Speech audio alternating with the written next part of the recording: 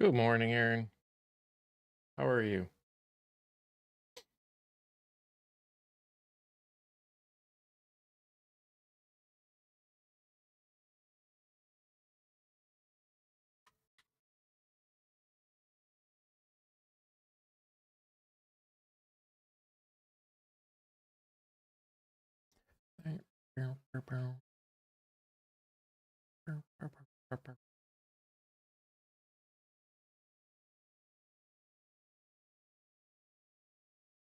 Good morning. Good. Contemplating Halloween candy or snack with juice pouch. Why not both? That's all I gotta say. Hey, Maureen. An early start? Yeah, it's like 10 minutes early. I gotta prepare for a recording today, so I might jump off a little early, so I figured I'd get on a little early. Money? Okay, fair. Fine. You gotta have money.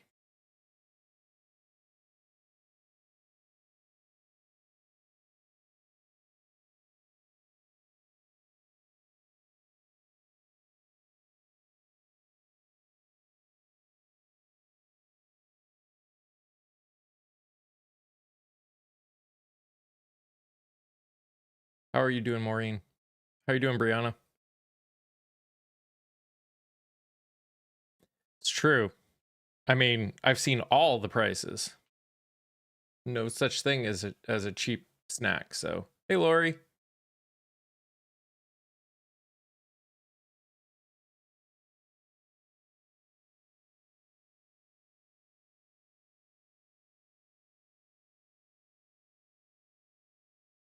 So, is anyone waking up terrified lately? I'm definitely always terrified about what new absolute insanity is going to. It's not Schumer shutdown. The GOP are in the majority. It is their job to negotiate to get people to vote. It is not the Democrats' responsibility to vote for whatever is put before them when they need their vote. Shut it down indefinitely so you don't care about all the people that won't have a job anymore and all the people that'll suffer because of it. Nice. Okay.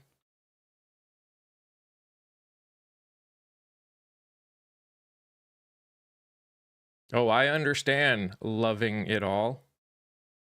Nope, it's not a refuse. The way the government works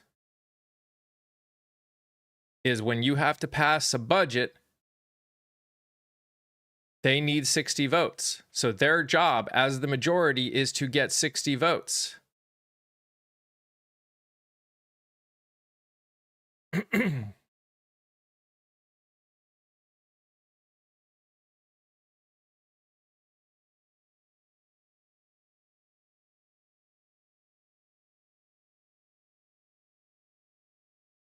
Good morning, Kayla. What are you talking about? We're not paying for free healthcare. No one's paying for free healthcare. Grow up, skunk. Nope. Republicans shut it down. Again, the Republicans knew that it required 60 votes to pass, and they chose to completely not talk to Democrats at all. There was no involvement. Who cares? We all get paid. No.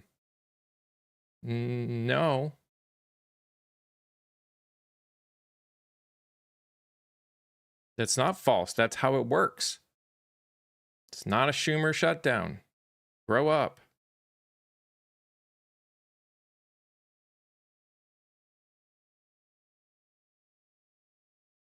Yeah. But that's not how it works in government. It's not just, oh, who voted for and against. The way it works, when you need 60 votes, if you don't have 60 votes, you need to negotiate and compromise with people, in this case, the minority party, to get their votes. It's not just a hand them the thing and say, do it or else. That is not how it works. It is not a you do it or else. No, you don't understand reality, James.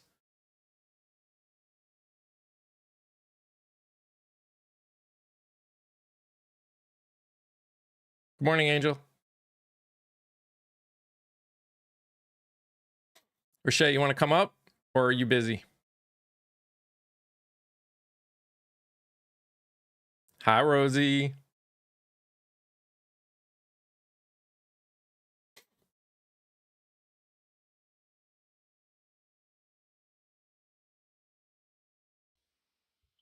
Hello. Hello. I don't even know if I can. Am I able to use my face on this? Are you able to use your face on this? Oh, there we go. Yeah. Hello. Hi.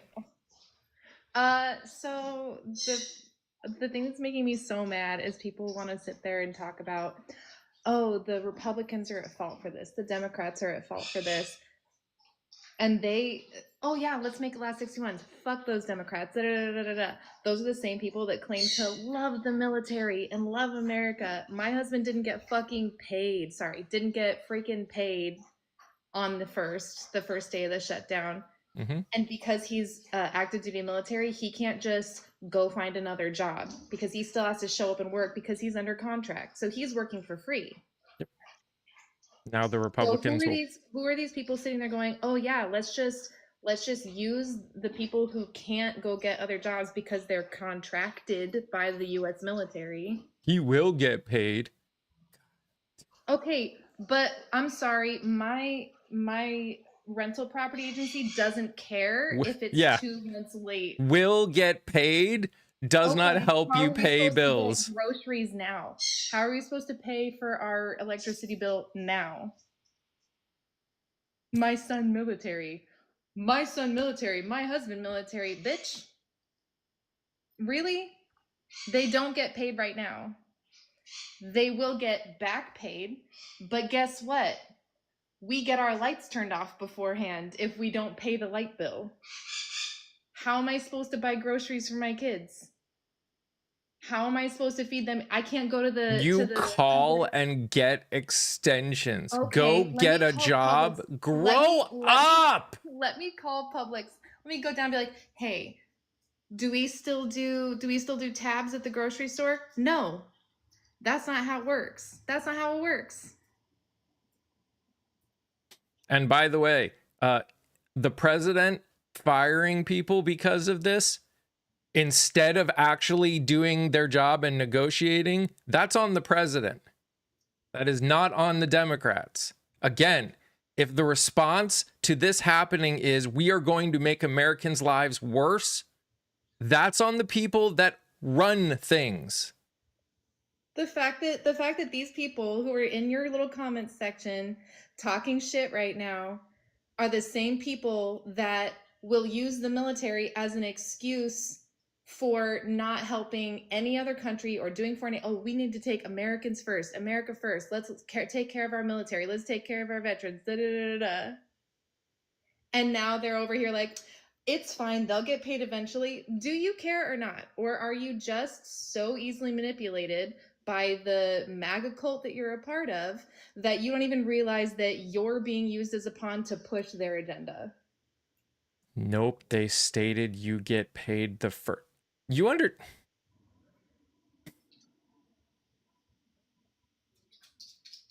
understand that her husband is in the military, right? They know if they get a she knows if they get a paycheck better than you do. I understand that that like USAA, Navy Federal, they have plans in place to try to help people who get paid by the military. The problem is that's not supposed to be USAA or Navy Federal's job. It's not supposed to be their job to help front the money, the paycheck money. That's not their job. It's the government's job. It's absolutely wild to me that the cognitive dissonance that happens in the brain of a far right Republican right now is just wild to me. Like, how can you be so uneducated that you don't see how one position you hold actually completely juxtaposes the position that you're holding at this moment? It doesn't make any sense. Like, make it make sense. And You again, can't claim. you're You can't claim just to care about the military. you're literally sitting here and arguing that it's fine that the government is shut down. It's wild. No, Scorpio, you go cry somewhere else. Goodbye. We're not crying. I don't. Do you see tears? No, it's the anger. I cry for the horses that get shot in Lord of the Rings, not this bullshit. It's absolutely it's wild to me. And the thing is that if this were switched and Democrats had control of the House and the Senate and the presidency and the judiciary branch and everything, they would still sit here and blame the Democrats. And the truth is, everyone's to blame. Why are we sitting here? Why are we sitting here fighting over it's the Democrats' fault, it's the Republicans' fault? Bitch, it's government's fault because we can't stop fighting each other because they did a really good job of convincing us that it's the other side's fault. Mm-hmm. And again, let's remember it's not just Republicans who were stopping the Epstein files from being released.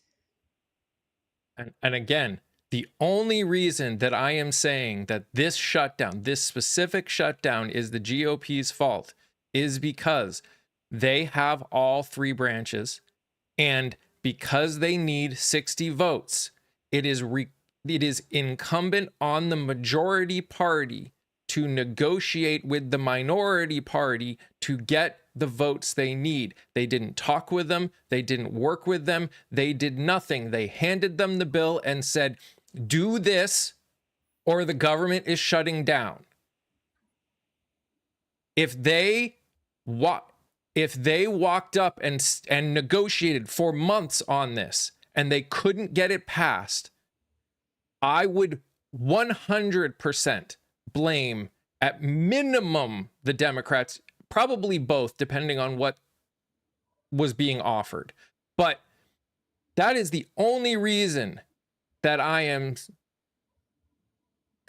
saying that it is the GOP's fault in this case. I have no love for either party. I am an independent. I could give a rat's ass what letter is next to your name. I care what you do, and what is happening right now is the GOP are doing whatever they can to cause people in this country to suffer. And they are not doing their job. Yeah. It's just frustrating. It's frustrating because I'm really tired of being part of the group of people that are so oftentimes used as a talking point by people who aren't in the military and who aren't related to people in the military and don't have a intimate understanding of what it's like to be in the military, and they don't actually care about how it affects us. It's wild. Molly, what makes a government job necessary, and why do you think that the ones that he's going to get rid of are unnecessary? He specifically said that it would be Democrat favored positions. So It's so obvious that it's just, and the it's just the second any leader says something like that, it means it has nothing to do with unnecessary jobs. It has to do with politics. Yeah. You know, He's the trying thing that you people. guys supposedly hate as a reason that things happen. Yeah, I'm good over there, Q. It's absolutely insane to me. Like, I'm baffled by the lack of awareness. I mean, yeah. And again, this is the problem that we are seeing is that we as citizens have been allowed to 100% focus on, have been trained to sit here and blame somebody else always. It's the Republicans, it's the Democrats, it's the conservatives, it's the liberals, it's the progressives, it's the immigrants, it's the white people, it's the black people. Like, it's always somebody else's fault. So what happens is we literally never work on a fix. We never look at the problem. You get people that come in here and say, Schumer shutdown, as opposed to being willing to understand what the actual problem is, which is the majority party, which is the government, the majority party of the government, whose only major job is to pass a budget, decided 1 month before it was due to finally do something, pushed it through, voted on it without working with the minority party, which is required to get 60 votes, and just say, do it or we're going to shut down. That's the problem. The problem is Congress is not doing their job. When did the Dems do the same thing? Alert, fire, dragon. When did the Dems do the same thing? Please tell me. And you know what? I can guarantee you, I was just as pissed at them if they did it. I believe I remember, I don't remember if it was during the Biden administration or during, I don't know, when was the last time the government shut down? It was for less than 24 hours. I remember that. But I also remember that. I mean, the last real shutdown was under Trump. I believe that, and it was less than 24 hours. I do remember that. And I remember everyone was pissed. But sorry, my birds. The Democrats and the Republicans, the people in our government and our Congress, they shut down for less than 24 hours. And they're like, okay, we got to get this figured out. But the last full out shutdown was 2020. The longest shutdown we've ever had, 35 days. Well, yeah, 2019 into 2020. Who cares? Oh my gosh. Goodbye. You're going to say who cares, and then you're not listening to anything. Go away. No, not macaws. I have a sun conure and a golden. So. In case you haven't heard, Apple has agreed to remove the ice spotting apps from the Play Store. Oh, nice. Or is that bad? Wait, I don't know which. That's bad. Ice spotting. That's like you can put where you see ice.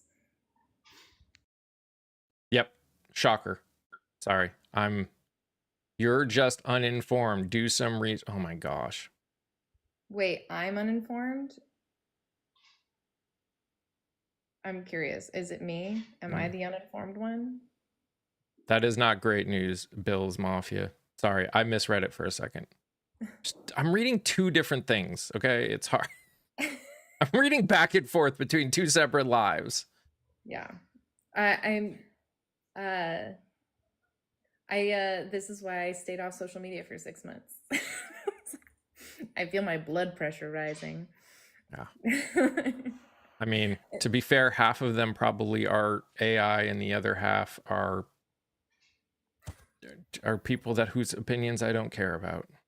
Here's the thing. Whenever, oh frig, you got down. Hey baby. She chewed her wings off because of anxiety. Oh. So she just hops around the house. Every time I start getting angry at people making these inflammatory comments on the internet, I realize they probably feel extremely insignificant and out of control in their own lives. And so they try to say the thing that will cause a reaction, because if somebody is reacting to what you're saying, then your existence matters somehow, because you're affecting someone else's life. And I get that feeling of unimportance or insignificance, but maybe try channeling it for good instead of just going for the hate watch. Like, I don't understand. Way to tolerate people. I don't tolerate intolerance. We don't tolerate intolerance. No, we don't. We say no. And why do you mute everyone who disagrees? I don't mute everyone that disagrees with me. I mute people that are rude, spread misinformation, and are unwilling to be a part of the channel in the way that the channel is there for, which is to have conversation. If you're going to come in here and be rude and just say dumbass things, you aren't going to get to be a part of this. Yes, that's just the way it is. This is my channel. It's not your channel. You don't have freedom of speech in my channel. I have the capability of turning off all chat. This app gives me the right to make it so nobody can speak. So why do you think you guys can get the right to say whatever you want? I am, well, blocked. So, you know, there you go. Congratulations. You can look at my sad, anxiety-ridden bird. Aww. She's on antidepressants now. Why would anyone want to talk to me? Lots of people talk to me. Ones that want to listen, ones want to have real conversation, talk to me all the time. A narcissist. Oh, wasn't that the same? Isn't that somebody from the same group of people who said that we're overusing buzzwords like narcissism and gaslighting? You buzzword when it been.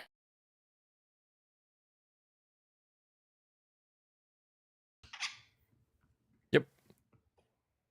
Again. Yeah. It's. Does it.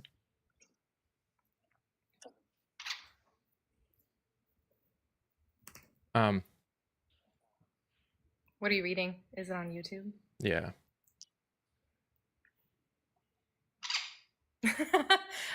Well, she's younger than that. She's a specific species that we found out after the fact has a lot of genetic predispositions because they were illegally smuggled into the country in like the 70s, and so the gene pool's small, so anxiety is one of the issues. Because one person says it, now you're doing a whole group with hypocritical. No, I say this about people on my side. I say this to people on every side. If you, as who considers yourself a conservative, understands what's going on and is not going out and being hypocritical, when I say the GOP are being hypocritical, I'm not talking about you. I'm talking about the ones that are the problem. It's that easy.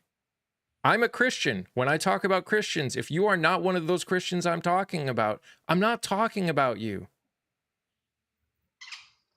Yep. It's really that easy.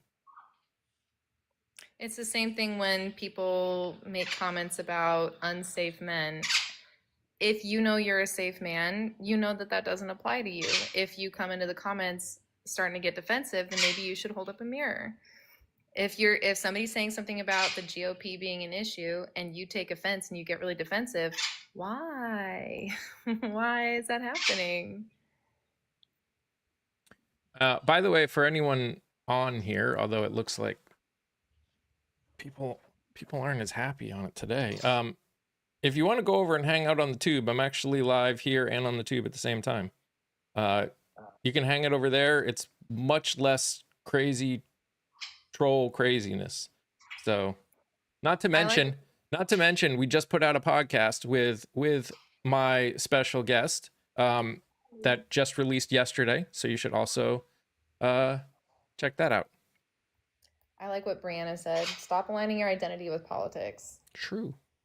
I mean, how many times have we seen these comments? Well, you know, what if your favorite politician is in the Epstein files? Like, we don't have favorite politicians, between you and me at least, Mike. I know you and we don't have a favorite politician.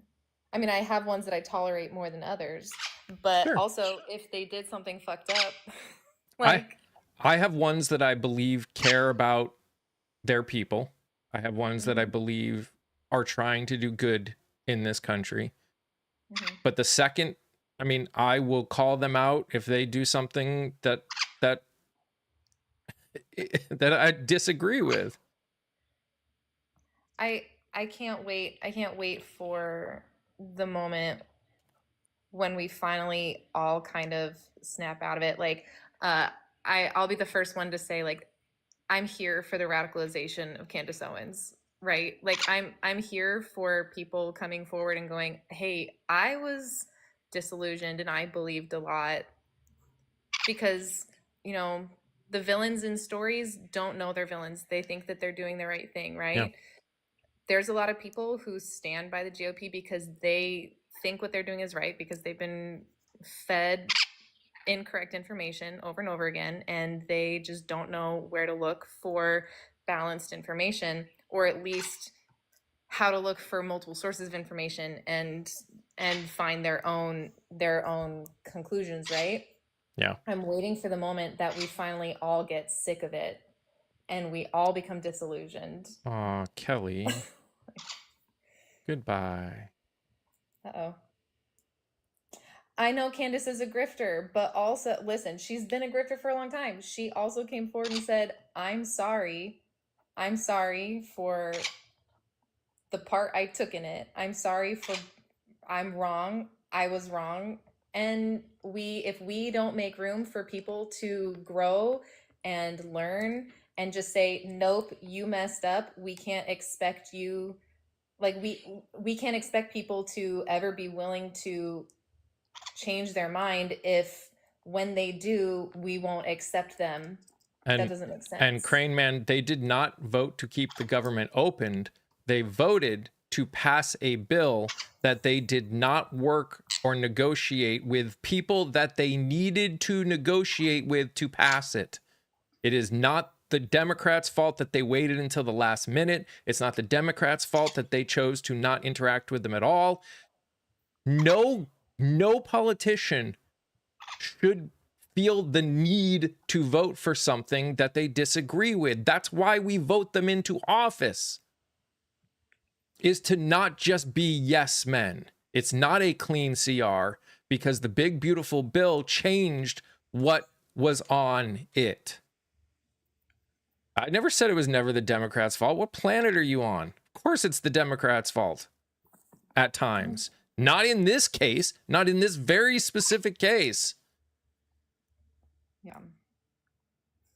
I think both parties will never come together because at the end of the day, when we're looking at a two-party system, the only way that they can ensure votes is by having an enemy, right? Like, and that's why so many people who are left-leaning are frustrated with the Democrat Party too, because the Democrats, even if they claim to support our beliefs and try to find legislation for our beliefs, they're largely ineffective. Why is the title on my live stream that it's because in this case, it is the GOP's fault? The GOP is the majority in every branch of the United States right now. If after the big, beautiful bill was signed, the GOP started working on the budget in July and was in negotiations with the Democrats to get votes, and they still voted against it, I would put some of the blame on the Democrats. But they didn't. They waited until the last minute. They didn't interact with the Democrats at all, even though they needed to.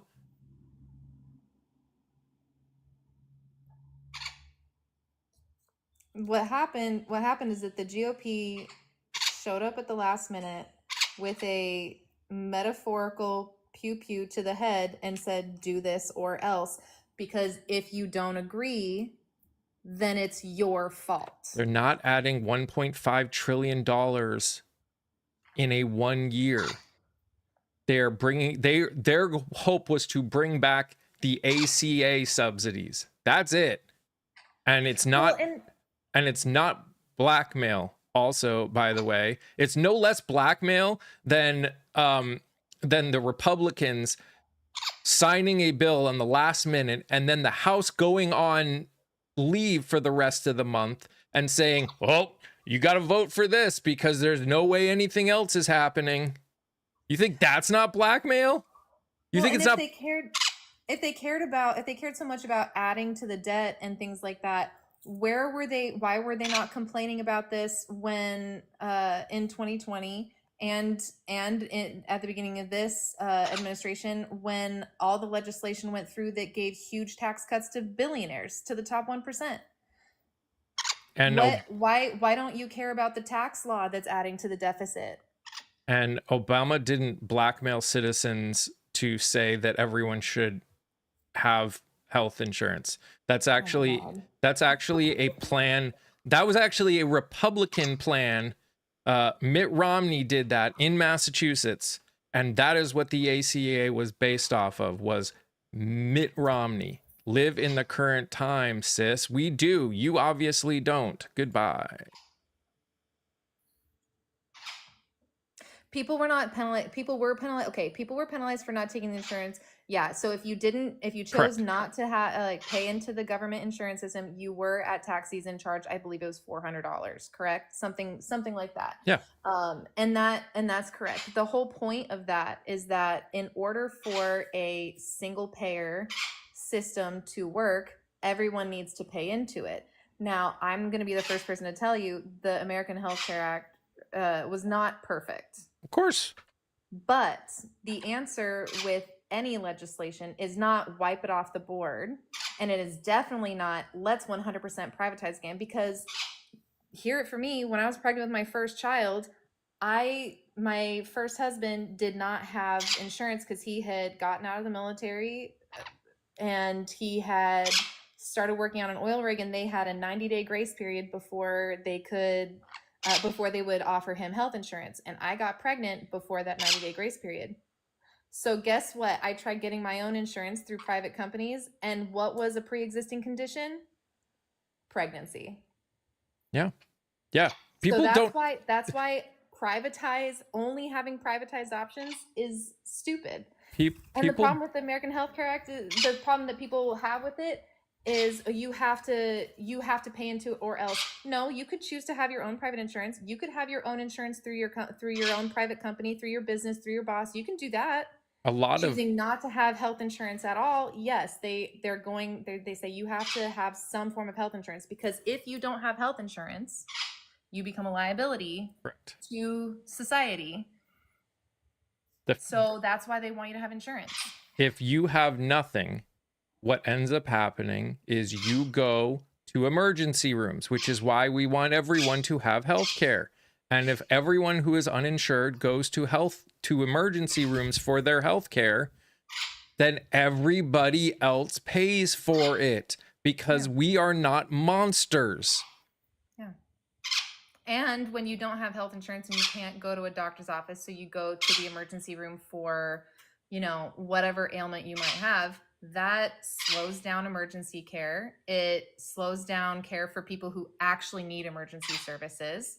It increases the amount of money that other people are paying, which me as a left-leaning person, I'm okay with paying a little bit more to make sure that people who can't afford things like health insurance are able to get care. I'm fine with that. But it should, if you can pay, you should. That's why there's government programs to make it, if you really can't afford it, to where it doesn't cost anything, or it's a really reasonable amount of money.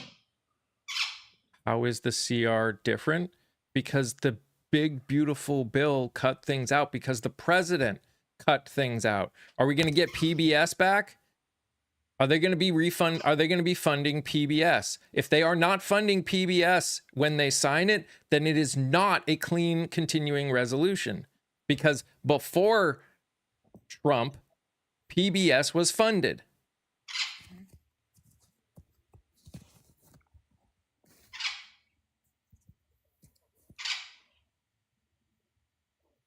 What are they saying on YouTube? When Texas Dems did that, they were screaming for them. Yeah. You guys have got to be quiet. The whole internet doesn't want to hear you.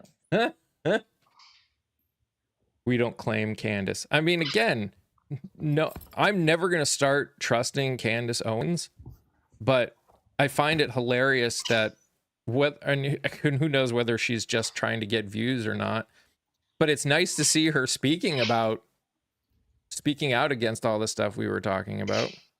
Hey, whether she believes it or not, she's saying she's providing an example to people that you don't have to be a loyalist to your party if you disagree with something that they're doing, or if you don't trust something that's going on. Yes, and Michelle. whether that's a grift or not, to me doesn't matter, because it's having a real impact. And I think it's setting an example for people who followed her faithfully for such a long time. She's showing them like, oh, you don't have to side with them and ignore. The birds agree. Yes, the birds agree. Don't eat my glasses. Nope, she just wants to eat my hair. See, Swing, this is why you people just don't get to have a conversation here anymore.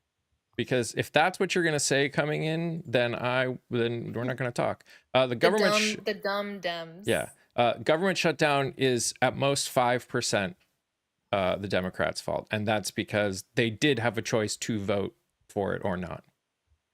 Yeah. But also, should you compromise your morals because somebody is extorting you? It's not even compromise morals. Nobody talked to them.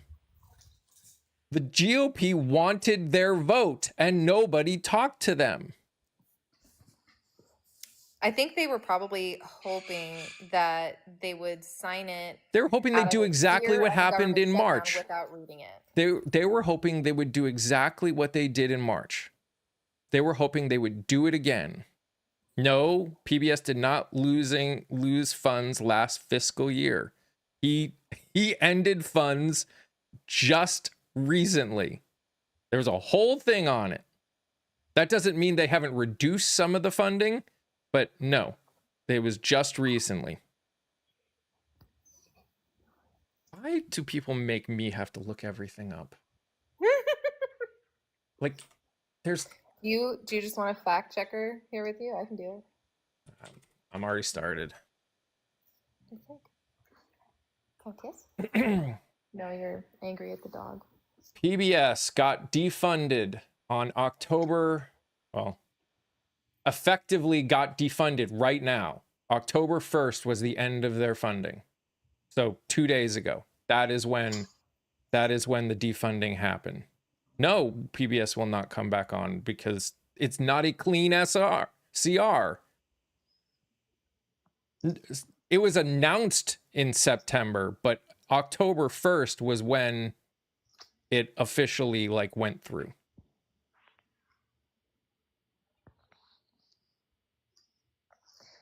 Okay, Kia. You don't have to be here, but I appreciate you. Good morning, Jose. He defunded Sesame Street. He defunded Arthur. He defunded... And here's the thing. I'll bet you he hated PBS because they had so many shows that showed diversity. One of my youngest child's favorite shows is Rosie's Rules. She learned all sorts of words like abuela. And where Mexico City was. Well, I mean, this is the same party that's upset that Bad Bunny is singing in the Super Bowl, so. Well, that's just because they're racist. That's why they don't want people saying the other things. There's just... Daniel Tiger I didn't even know what Daniel Tiger was until I had my third child, and I was like, huh, this sounds a lot like Mr. Rogers. It is. Everybody watches PBS, Frank. Just because Mhm. you don't. I love how B people come in and think they speak for everyone. You two are so pathetic. You are gone. I'm pathetic. Wow. Tell me something I don't already know. You can't hurt my feelings. There's nothing you can say that I haven't already said to myself times 10. Okay? The depression and anxiety is real. You can't hurt me. Okay? What's GOP? The Republican Party. The grand old party is what the GOP stands for. Is that what that stands for? Mm-hmm. Yeah. Good morning. Hi. It sounds real like KKK coded. like grand old party sounds a bit I love my daughter loved Daniel Tiger. I've never heard of Daniel Tiger, and I have 3 children. I have absolutely no idea what Daniel Tiger was Ew, basically it's the animated Mr. Rogers. So it was Daniel Tiger's dad was the tiger puppet in Mr. Rogers' Neighborhood. Daniel was his son, and so the whole stop it, Greg. The whole show is the characters inside Mr. Rogers' Neighborhood. They even have like an eccentric crunchy wine mom who works at the crayon factory there. And the prince is there, the king's son is there, like really, like it's crazy. It's awesome. Jake, YouTube is not free because YouTube requires internet, and internet is not free. That's why PBS exists, because there were people who could not afford cable. No, so they were able to get access to PBS for free. No, I stated it lost all federal funding. They had a live yesterday. I noticed it was a PBS screen and it was a live on TikTok here. And when I clicked on it, there was all it had is a message with where you can go to support them if you want to. Trying to think of TikTok friendly words. Financially support them. They have a website that you can actually go and do that personally to try to help keep that programming on the air just in case. I mean, and that's they've relied on donations for a long time. I mean, if you grew up on PBS, it's PBS is created by people like you. Wasn't that what it was? And it relied on donations a lot, but having federal funding kind of created a steady and safe flow of a flow of finances. So things just become a lot more unstable when you're relying solely on donation, you know?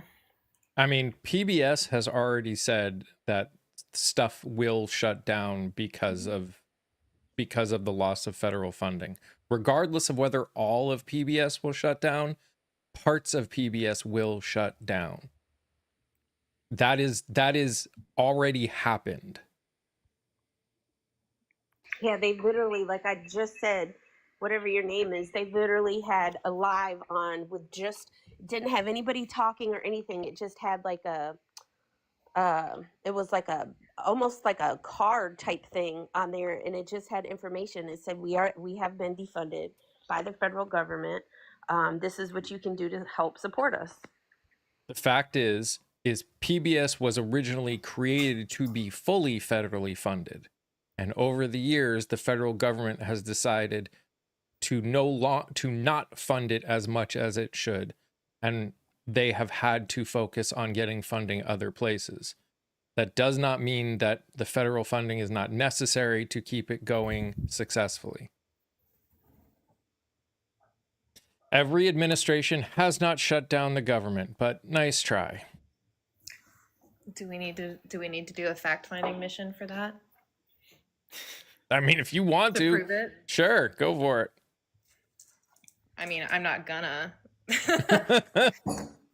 I'm not gonna. My bird's chasing my dog around the living room now, so. Yeah, it's happened 13. There you go. It's happened 13 times in history. Well, we have had more presidents than 13. Wait, what? We've had more than 13 presidents? I know, it's crazy. Oh my God, I I had no wonder if idea. people even believe there was a president before Trump. Well, I don't know. That was 75 years ago. So I'm exhausted. There have been 10 shutdowns since 1976. The longest 35 days with Trump.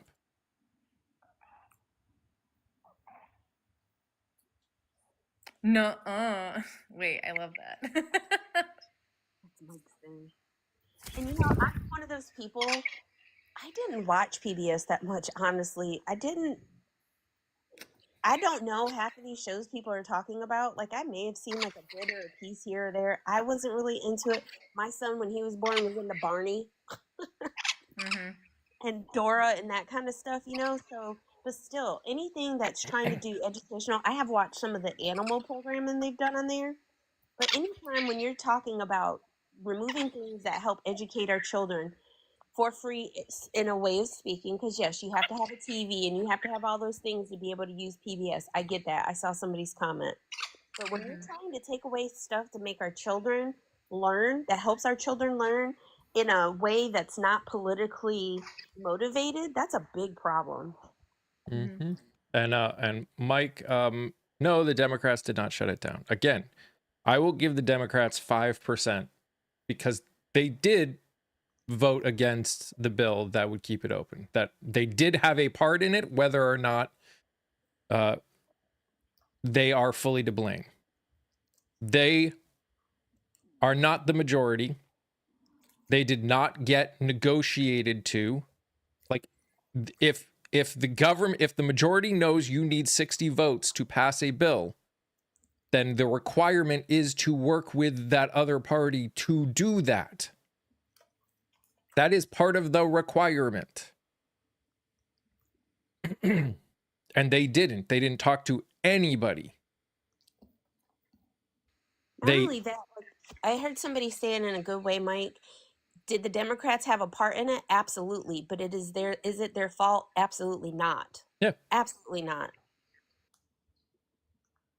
That's why I said this shutdown is on the GOP. Again, if they started right after passing the BBB and they put one together and they were working with Democrats and the Democrats just kept saying no, no, no, no, no, no matter what was put forth, I would be willing to depending on, I mean, obviously we're making guesses. I would be much more willing to put blame on, at minimum, both, if not the Democrats, depending on what was negotiated. But nothing was negotiated.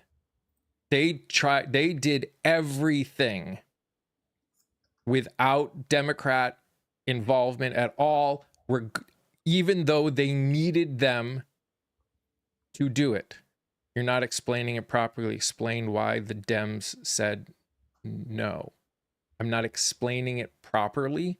Yeah, you need to say why the Dems said no, because I assume SJ here is waiting for you to say that the Dems said no because they want to give millions of dollars in healthcare to illegal immigrants or something like that. You're being very general. Yes, I'm being very general.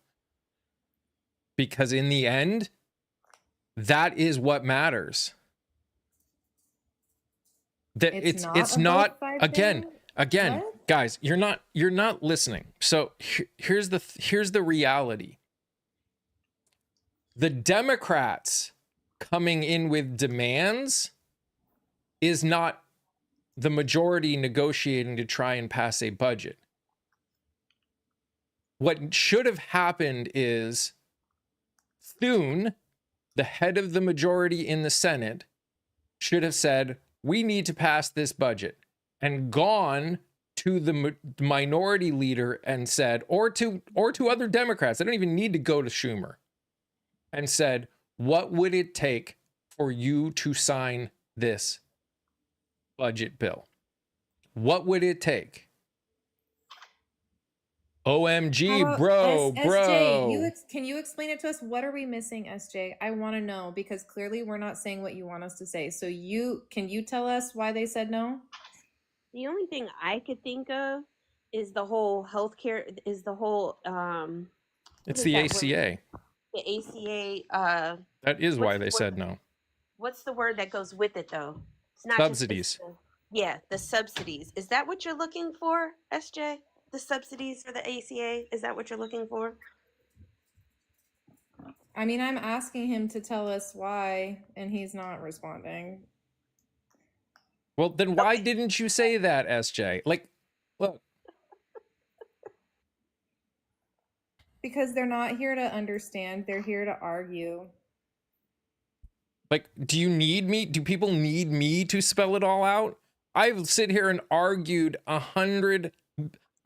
SJ, I don't know how long ago you got here. I have made this argument that you're talking about and what I've said probably 20 times in the 51 minutes that I have been live. So I need y'all to work with me here. And not, and like, if you know why, you are more than welcome to explain it. Maybe he just has like a. Again, he's saying we're on the same side, and that's great. I appreciate that. I appreciate that. We've been saying it. We've said it before you were on here 5 minutes ago. Like, I know he said he's only been on here for 5 minutes. It has been said. And then we meandered topics for a while, but we've been talking about it. So I guess I'm just saying this in the sense of people be a part of the conversation as much as we're trying to do it, especially in these kind of times. Honestly, SJ, in the last 3 days, we have explained this probably 150 times. And SJ, if you know something, like just because you see Mike's face in, I don't know what your name is underneath me. I'm sorry. Hi, I'm Kia. Who's underneath me, Mike? Rashay. Rashay? Okay. Hi, Rashay. Hi, Kia. Just because you don't see, it's just the three of us on the screen doesn't mean that you can't. If you know something, say it. Yeah, you're welcome to. Democrats have the lowest. I guarantee you their approval rating went up after this. Oh, for sure. Again. Oh, don't you yell at me. Stop it. Again. Sorry. Schumer, I am going to work to primary him. Am I glad that he got a spine even for a second? Yes. But I am 100% going to work on primarying that man.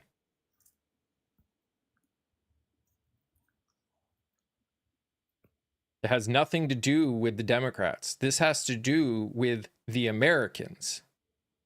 Like, do people also realize that the government, like the administration, the whitehouse.gov, like all these things, they're not supposed to be used as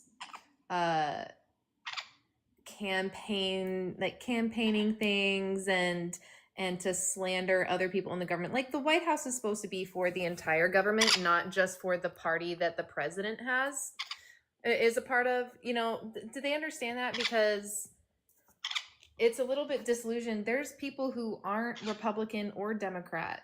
There's people who are undecided. And right now, our president and his administration is utilizing not just this strong arm tactic of shutting down the government by refusing to negotiate, but then also utilizing all of their ways of reaching out to people, social media, their websites, things like that, to blame Democrats. The Democrats shutdown, and if you go to the website, it's childish. Like, I have my 13-year-old has more emotional intelligence when she's frustrated with her friends and having a disagreement with them than this administration is. It's like throwing rocks at each other, and it's embarrassing. Mm-hmm.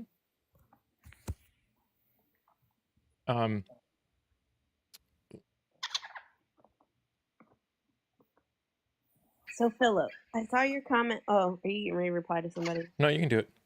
So Philip, where you said so many Hatch Act violations, Attorney Di did a live about the Hatch Act violations last night, and I don't know if people realize it or not, but there was a report she was reading.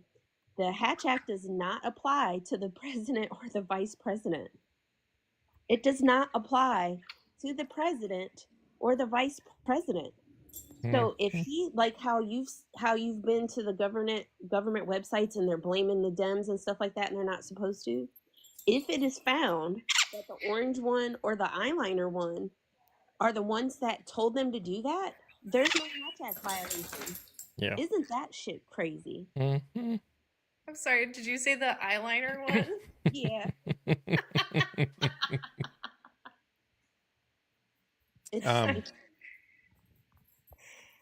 The IRS clients are still working. So here's the thing.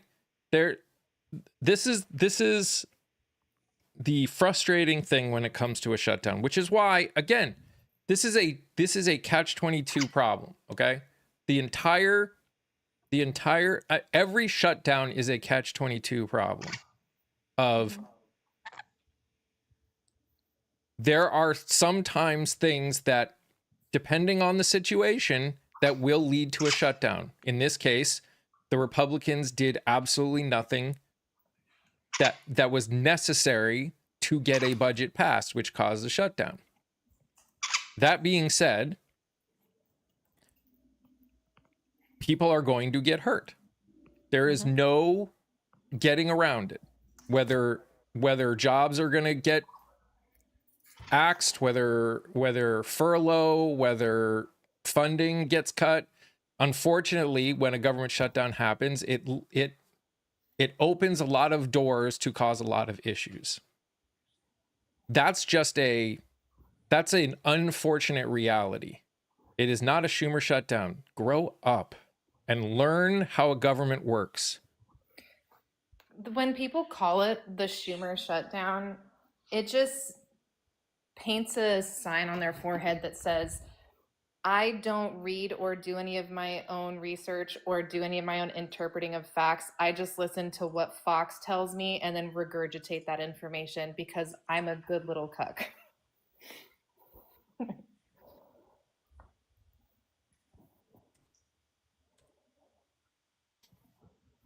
And again, you are allowed to disagree because you like what's happened. But grow up, okay? Just friggin' grow up. Hey, Autumn. Retro, I know you said that everyone freaks out about shutdowns and nothing happens, but I got on here just to talk about like what it's like as somebody whose livelihood and household income depends on a paycheck because my husband's in the active duty military. And while they say that you will be back paid when it's over, companies don't really care if you don't pay them on time. Grocery stores aren't going to let you take groceries out of the store without paying for them first. So whether we get paid late or something, everyone thinks that that's fine, but we live in a time right now where the majority of Americans don't have enough money saved up to sustain them for longer than a few weeks with their savings or their emergency fund. So it is a real issue, and it is something that affects us like in a real way. So Kia, when you get a chance, can you check the mod chat in Discord? Okay, I'll do it right now.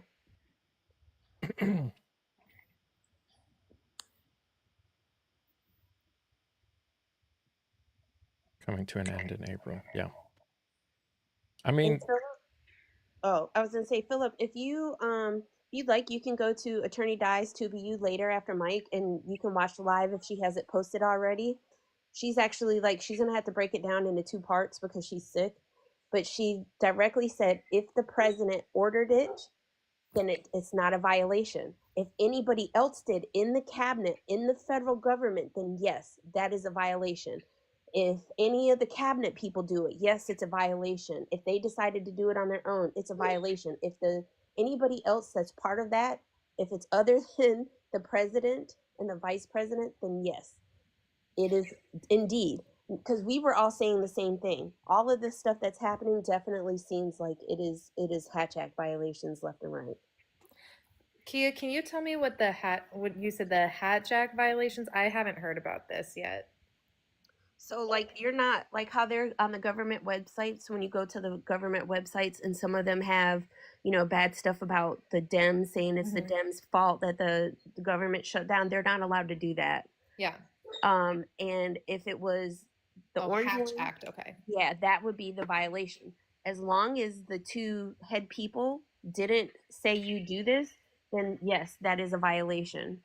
But if it's a directive from the president and the vice president, then they're allowed to do it. They're allowed to do it. But if it's not, so like say if Keg's Breath decides he's going to put something up there on their own, that's a Hatch Act violation. So just in case anyone was wondering, officially the Hatch Act is a federal law restricting the partisan political activities of federal employees.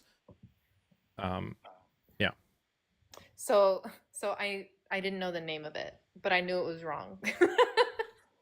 Good to know. Yeah. And the fact that, but here's the problem. How are we supposed to keep people from doing that when, like, who's going to go and arrest them? Like if the USDA, who was it? Somebody in the comments said that their husband got a letter from the head of the USDA. If they just did it without the president or the vice president saying to do it, who's going to go arrest them right now? And you know what the crazy thing about it is, though, is that the president is the one that's responsible for keeping that in check.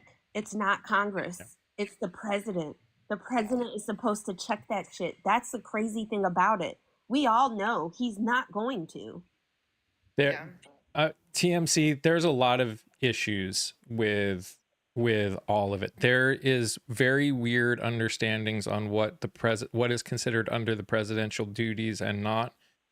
And in the end, what the real problem with if the president could or could not have violated the Hatch Act is nothing could still come of it, because a sitting president cannot be arrested, cannot be charged with anything. The only ramifications a sitting president has is being impeached and found guilty. Yeah. Those are the only two choice. That's the only choice. And in our current system of government, our current system right now, there is no way that you will get 2/3 of the Senate to charge anyone. It's easy to impeach. Impeachment has become pointless, which is why I always laugh when people say impeach, impeach, impeach. Impeachment means nothing. Impeachment in our government is the equivalent of an indictment by a grand jury. Like literally, you can you could indict a ham sandwich. That's how. Or you could impeach a ham sandwich. Like that's how ridiculous impeachments are now. And technically, it's the DOJ's policy not to actually go after a sitting president. It's not in the Constitution anywhere. That's just a DOJ adopted policy that they won't do it. But that's not constitutional. It doesn't say that you can't arrest the president. I think the reason that came about was probably for good intentions, because the president has to do things they have to authorize things that probably would be considered against the law. And they have to be aware of things, and we have to protect them in a certain way. But I feel like over the centuries, probably, it has been manipulated to be used in a way where they can get away with doing like actual crime. Yep. I mean, again, there's a hey, Di. Also, like, I mean, the sad thing is we're sitting here talking about the government shutdown, which is important, but there's so many other things that are happening right now that are getting not even close to enough attention. And I think that, I mean, I know that that's the point. I know that that was outlined in Project 2025. It's basically throw everything that they can and see what slips through. Yeah. It was, who's that guy that looked like he was melting in real time and he was like the political coordinator in 2020? What was his name? Giuliani? No. I remember him. All I can see pictures that black stuff running down his the hair dye. No, the one he looked like the blobfish. Like, what was his name? He was real gross looking. Anyways, he talked about the political strategy that Oh, Steve Bannon. yeah, thank you, the blobfish man. Steve Bannon had like in an interview outlined exactly this political strategy, which is you want to get something through that everybody's going to hate that benefits you. You throw so many things at the wall that they can't possibly field all of it. So like everybody's here focused on the shutdown and Bad Bunny. I've seen exactly one video about somebody talking about the fact that black citizens are being detained by ICE in Chicago. Hey, Like, I posted that this morning. I'm saying, like, that's the only video I've seen. Oh, really? I reshared it, but like that's the only thing I've seen. Yeah. One person's video is making it through the noise. It's not only that, like I know And the Epstein files. I know you were on already, Mike, but like what Di went over, have you guys heard about this whole college shit, what they're doing, what the orange one done put out? Oh my, it's bad. No, what? I wish Di wasn't sick because I'd so ask her to come up. I tried to take a screenshot of one of the things. She's like, I've never heard. Oh, I did get it. Let's see if I can read it. This is one of the parts for the institutional neutrality. So basically, it's a compact for academic excellence in higher education. If signed, then you get federal benefits. If not, you get no money. But this is one of the parts of it. Signatories shall maintain institutional neutrality at all levels of their administration. This requires policies that all university employees, in their capacity as university representatives, will abstain from actions or speech relating to societal and political events, except in cases in which external events have a direct impact upon the university. So they're basically saying you are not allowed to talk about stuff while you're not allowed to talk about what's going on in the world around you. Yeah. You know what? If the government could actually follow that rule, then we might be willing to sit at the table. Because I'd be totally down if that rule also went to my alma mater, ASU. So that not having a candlelight vigil for Charlie Kirk. So that actually makes sense because I saw a picture of a tweet by Newsom that said if I didn't look into it because it was right before I went live. That if any college in California signed that, they would not get state support anymore. Oh, wow. And yeah, and the thing is, like, the big thing that Di was talking about, why this is so important, y'all, this is who's supposed to, let's just ask the chat, who's supposed to come up with the price of tuition for colleges? Who's supposed to come up what they teach in the colleges? Who's responsible for that? I'm just curious if anybody in the chat knows.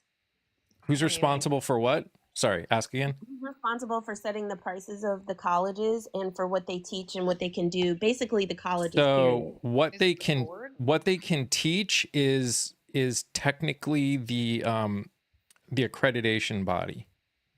So whoever they are accredited with decides what the the general, what the minimum requirement for any degree that they're doing. The colleges can go further, but there's always a minimum, and that's usually the accreditation for a college, whatever they are accredited under. So there's a regents board that does it, but it's the states. The federal government doesn't have anything to do with it. They don't get to set pricing. Does anybody know how many federal colleges we have in this country? I'm going to ask a die question. She asked us this in chat. Ooh, How many federal universities do we have? I didn't even know we had federal universities. We don't. It's like a trick question. There you go. We don't. And So this is another active attack against the powers, the separation of powers between the federal and the states. It's the states who are supposed to get to do this. The federal government doesn't have anything to do with that. and someone was talking about why, when SCOTUS is going to get involved. So I have a theory. It is a theory. I don't think it's a conspiracy theory. It kind of makes sense when I think about it, but I'm willing to be completely wrong. And I don't really go farther with it. I think the reason that SCOTUS is doing what they're doing in the way that they are, at least some of them, the way things are going is, if I were them, if I were in their situation, I would be worried about, oh, bye.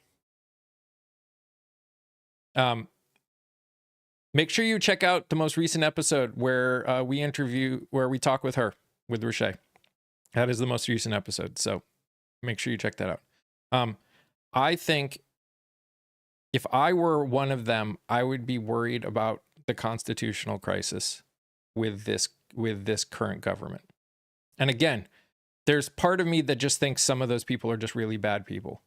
But I also believe that there may be some of them that are like, if we vote against this, we don't believe that he will listen to us. And if he chooses not to listen to us, all of our authority is gone. Like at that moment, the second the president decides to ignore the Supreme Court, we are so far into the constitutional crisis, we practically don't have a constitution at that point, because the only body that has the authority to make decisions on what is and isn't constitutional is the Supreme Court. And the one body whose job it is to make sure that the Supreme Court's decisions are followed is the president.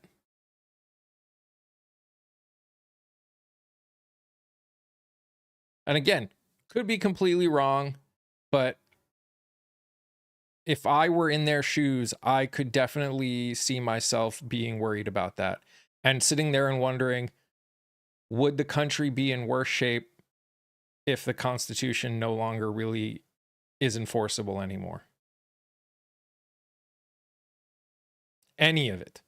Because again, I could be because I don't know. Why is everyone so scared? I mean, technically, we're not scared of him specifically. We're scared of him and everyone who supports him, because they are literally destroying this country. They are putting us in an economic downfall. They are literally ignoring the Constitution. Citizens, as well as people that are covered under due process and are here legally, are just getting snatched off the street. What? How could you not be afraid of that? Our government is literally turning authoritarian.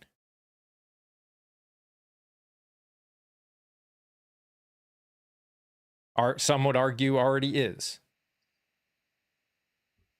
It is definitely turning. I think we've already hit over the hilltop. I think we're definitely on that way, for sure. I can see the argument for sure. And the thing is, though, is I don't think for so long, like a lot of this stuff is not just now happening. A lot of this stuff, just like P 2025, has been in the works for decades. They have added to it. Yes, there are some differences since when it came out, in the time of the Reagan and all of that. But you should, if not necessarily be, if you're not scared, there are a lot of people that have reasons to be scared. What's happening with this regime right now is like they're literally affecting people's ability to live, to just survive, Mm-hmm. not be successful, not make a ton of money, but just to survive, to pay for your bills, to buy food to eat, to have the medication that you need to live. Yep. There's so much going on at play. And I've been saying it, but especially for the BIPOC and other communities, this we've been under attack for so long. We're almost kind of used to it. And it seems like the other people who've never been, especially cis het straight white people, have not been under that kind of attack. It's new and scary to them. And I think that's why you're seeing, for some people, it's almost like they're just now coming into the realization of how scary shit has been, because it's easier to maybe understand something when you've been through it. But I'm telling you, y'all, this has been, there's some funky stuff that's been going on for a long time, and it's just getting worse, and you should be worried. You should be more pissed off and upset over it than anything. Don't let them make you cower, and you end up in a little in a ball inside your houses. Don't let them do that to you, but definitely be worried. Do whatever you can to fight back in whatever way that means for you. What's up, Shug? Hey, what's up, buddy? How's it going? Good. Shug is a friend back from my singing days. Hello, Shug. Hello. How it goes? Oh, you know.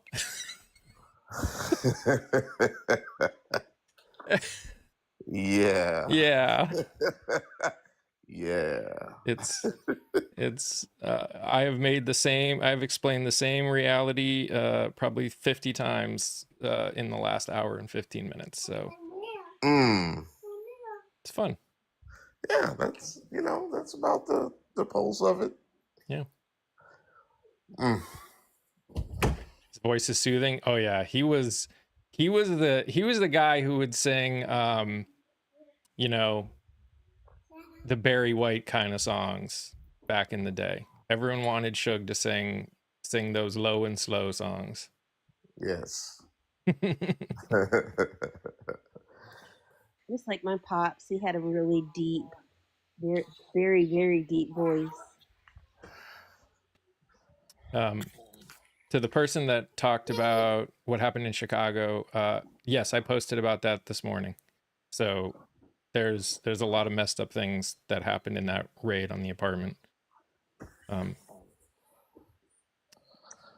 Oh, we're talking about the ice raid? Yeah. Yeah, that's Basically grabbing everyone, they split them Yep. into two different vans, literally grabbing everyone and saying, we're just grabbing everyone, then you have to prove you're a citizen before we'll let you go. When someone who was there and was saying, like, where's your humanity, why are you doing this to children, one of the ICE or FBI or ATF said, F the kids. That was the response to, where's your humanity, why are you doing this? Mm. I think they've been saying F the kids for a long time. I mean, because come on, look how long our kids have been being. I got it. I'm on TikTok.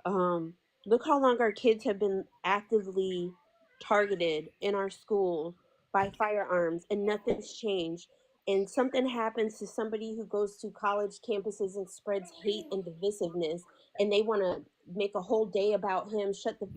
Put him on Air Force Two, lower flags that have stopped. We told our kids F them kids a long time ago when we said we weren't going to change our firearm laws. I understand that, and I agree. Yeah. I'm saying more of they were saying before F the kids with their actions. This is at least the first time I've heard, and maybe they've said it, and I'll admit I'm who I am, and I live in the bubble that I live in. I've never heard it specifically said straight out, at least not in a way that clicked. Sure.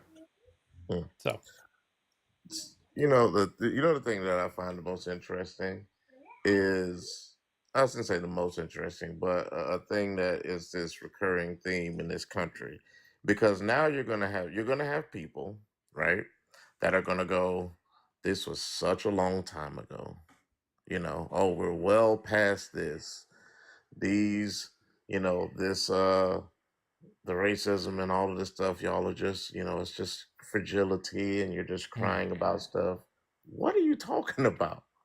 This is just yesterday. yeah. This ain't no they I ain't let's but let's go with your wild nonsense that you're talking about. And yeah, let's say that age has passed and all of that.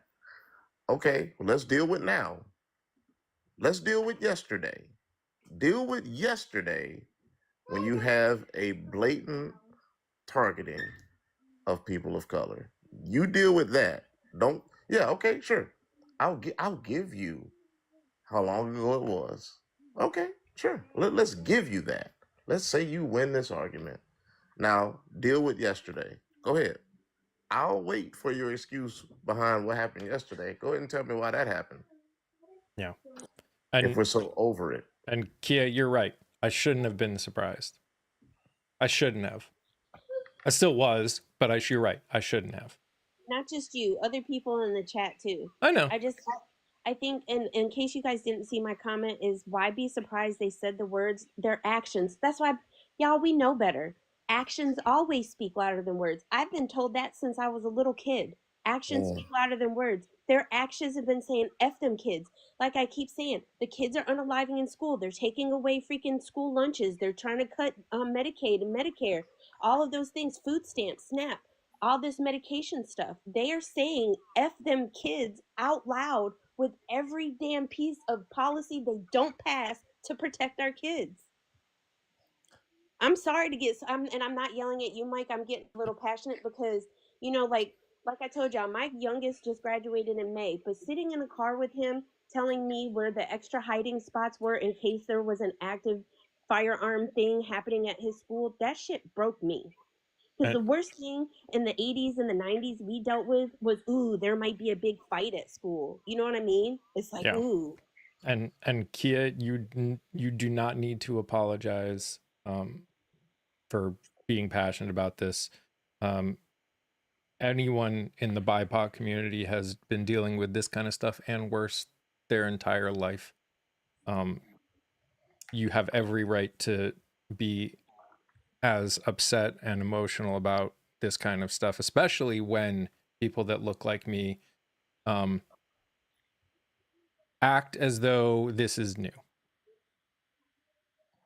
And again, I get it, and all I can do is do my best to change, and I've always appreciated your grace in allowing me to realize it the way I end up realizing it. But you also know that I am always willing to admit when I've messed up, and that I'm not perfect, and I'm just always trying to do my best.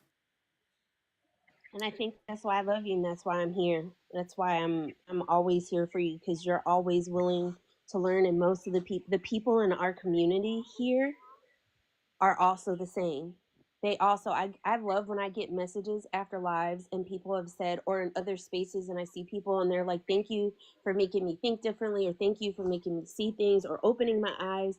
And I love that. Like, I just had a conversation with my kids. I'm not going to go too much into it, but the whole TikTok thing came up again. And I had to explain to them, because they're being influenced by family members of mine that don't do TikTok. There is a community here. And I feel like finally at 45 years old, as a Black woman living in the United States for the entirety of my life, as a biracial Black woman who's literally walked both sides of the fence, I feel like I have a voice for the first time in my life.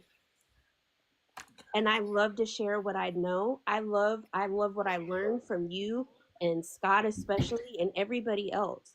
And I've met some amazing people in this community. I just want to make sure, like, sometimes I know we get stuck in our bubbles and we crawl into our bubbles because we feel safe in our bubbles. Just know that a lot of people don't have those bubbles that they've ever felt safe in. Yep. Yeah. We all need to be able to step away if we can. We just also need to understand that we need to accept that that is a privilege. That doesn't mean it's not necessary. That doesn't mean don't do it. Just like, and that's the thing about privilege. It's not. Sometimes it just is. Sometimes you just got to accept the fact that it is and try and do better. Like, obviously, people that look like me have privilege in this country.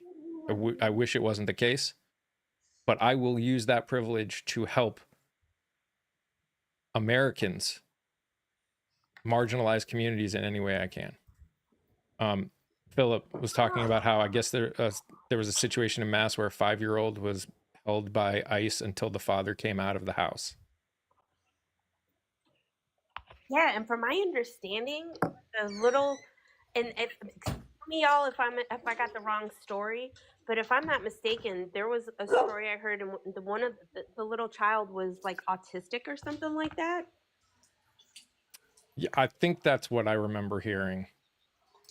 And for people talking about kids and zip ties, you might want to look into some of these schools and what they do to these BIPOC kids when they get in trouble. They have put kids in zip ties in schools as well. Just look at the Chicago incident. They took kids out without clothing on. Just zip tied them and carried them out without clothes on. Yep. So I'm gonna briefly interject here. Yeah. So that y'all have made some fantastic points. For those of you who may be confused still about what, as far as that white privilege is, or what privilege is, most simply put, and one of my best friends said it this way, is that white privilege means you get the benefit of being treated like a human being. Okay? So I know a lot of people are like, well, there's poor white people too. There's white people who get killed too, and Should all of hang on that. a second. I'm sorry Yeah. to interrupt you, but we're on No, TikTok and you have to be very careful with your language. that's right. My You my have, apologies. Yeah, you're right. especially I'm a you. very straight shooter, so no, you're Yes, correct. My apologies. that's why So you'll hear yes, me say I'm on TikTok. unalive. Yes. So yeah, you have to say unalive, and you might want to say, especially you being who you are and looking how you do, you might want to say YT. They don't like it when you actually say What? the word. Yes. Yes. Understood. No, thank you. I appreciate that correction, my Or you could friend. say people that look like me. I'm perfectly willing to be your example Got for it. things. Got it. Okay, so people that look like Mike. For one, we know that. We know that people that look like Mike can be poor. We know that people that look like Mike have been unalived. We know that. Number two, none of us are saying that we're okay with that injustice directed toward anybody. Nobody's saying we're okay with that.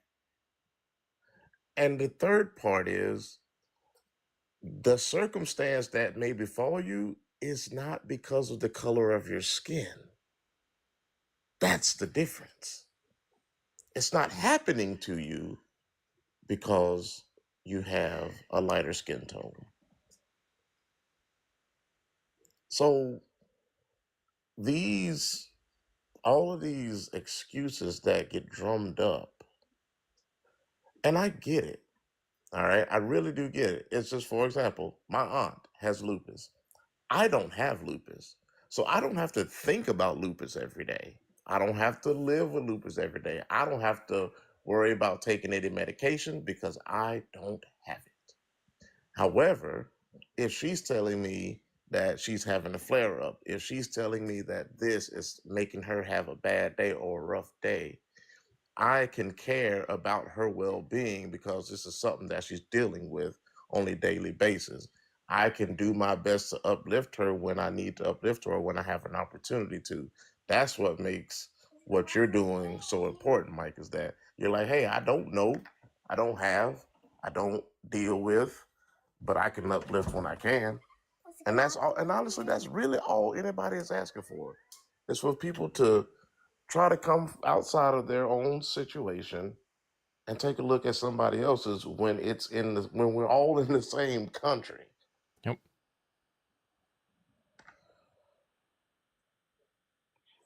Absolutely. Just so you guys know, because I'm always gonna prop up Shug when I can. So he streams on Twitch, and he's just the coolest dude ever. You walk in and you say hello, and the first thing he does is give you a virtual hug, and he calls everyone a champion because he truly believes it. And if you are on that, you should definitely check him out. Well, I certainly appreciate that. And it's always, man, I've always been a fan of yours. I really have. And seeing what what you're doing now, and the way that you're reaching out to folks, and in a very logical and sensical way. One thing that I love to tell people is one thing that personally gets me my blood boiling is how all of the people who are especially claiming to be Christian. Y'all are a lot of y'all are something else with these claims. Here's my thing. I'm not ashamed for what I believe biblically. What I'm ashamed of is how you use what the Bible is to persecute someone. I don't have to listen. The Bible is if you're going to follow God, then you need to know that that is a standard to which you're holding yourself for your own life. Yep. It is not for you to push upon anyone else, especially if they didn't ask you for it. If they didn't ask you to share, if they didn't ask you to, then leave someone alone. And guess what? That same Bible says that as much as within your power, that you seek to live peaceably with all people. That doesn't just mean the ones who believe like you believe. That's all people. All people means all people. Yep. There's no parameters placed upon it. So guess what? I have plenty of friends who are in LGBT communities. I have no qualms about treating them like a human being that they are. Wherever points we may disagree, if I gotta disagree, I'm gonna do that civilly. And I'll tell this story. My sister is lesbian, and she came to me. And now my response may sound cruel at first, but I want to caveat this with saying my sister historically has a hard time just getting stuff out and just speaking in general. So she came to me and she said, "Hey, brother, I need to tell you something." Now I'm not knowing she's telling me she's about to come out. She's like, "I need to tell you something," and I'm like, "Okay." So I literally wait. There's like a minute of dead silence, literally me just looking at her, waiting for her to speak. And I'm like, "Girl, spit it out. What's going on?" And then she legitimately sits there for another good 30 seconds. And I'm like, "Brandy, child, if you don't tell me what's going on." So then she was like, "Well, I have to tell you I'm gay." Because she knew she knew what I believe spiritually and all of this stuff. And I said, "Okay." And this is exactly what I said. I said, "Okay, let me ask you a question. Does you being gay or being lesbian mean that you're not my sister anymore?" And she looked at me. She was like, "Of course I'm still your sister." And I was like, "Well, then I still love you." I mean, well, we don't need to have a discussion on, yeah, we know we may disagree on that in terms of how to live, how to live, how to love, or whatever the case, but that's not, that doesn't break our familial bond. So we can just choose to love each other and That's it. Doesn't break the It's fact that just that simple. she's human, and that's all that's really necessary to love on someone. Yeah, I mean, people could. I put it this way. I think one of the best ways I ever heard it was that if you don't want to be gay, then don't marry a gay person. All right, well, seems pretty simple to me. I don't I don't know. I feel like overall, I truly think that we have so much more that we could be focused on, Sure. where that should not be at the top of the list. Yep. Like you said, we got babies and children being taken out Mhm. without clothes on at late hours of the day into held into late hours of the morning. We need to get back. I say this on all of my long form content. I say it on this live Yeah. pretty much every single day. We are at a point right now where there are two different groups of people who cannot agree on fundamentals of what on our fundamentals, on our non-negotiables. There are those of us here that see all people, no matter your race, religion, gender, or identity, deserving rights, respect, dignity, and safety. Mm. There are those that do not see that, do not feel that way about all people in this country or all people in the world. And how can we have a conversation about valuing humanity when they don't see those people the same way that you and I do? And that is why discussion has died. That's why conversation has died. That's why community in many cases has died. Because how can I have a viable conversation about rights, respect, dignity, and safety of people in the LGBTQIA community when the person I'm talking to doesn't even see them as human, sees them as mentally ill instead? How can I have a true conversation about how we should all be as a country when we can't even agree on that? And Right. so That's that's the point. This is wild, and I want y'all to I want y'all to pay very close attention to these next two statements. Son, leave my door alone. No, you don't neither. Leave it alone so I can keep an eye on you, handsome boy. Don't. That just let y'all know it's live, for real live. Anyhow, we have arrived at a point where we can't agree on anything. And then we are simultaneously not allowed to disagree about anything. Let that sink in, y'all. We can't agree on stuff. And then we also are not allowed to disagree about anything. We yeah. have arrived at a group mentality. We have sensational, just think about how we approach, especially with the social media situation. Like, it's always, if you look at YouTube, in a lot of situations, it's always like this person, whatever, pick a side, destroys the other person.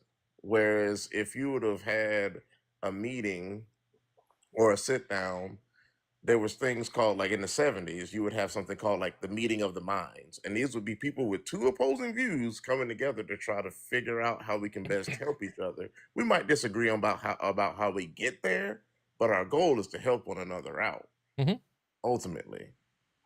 And so when we stop, that's the problem, is like once we stop focus on how do we help each other and focus on how can we win.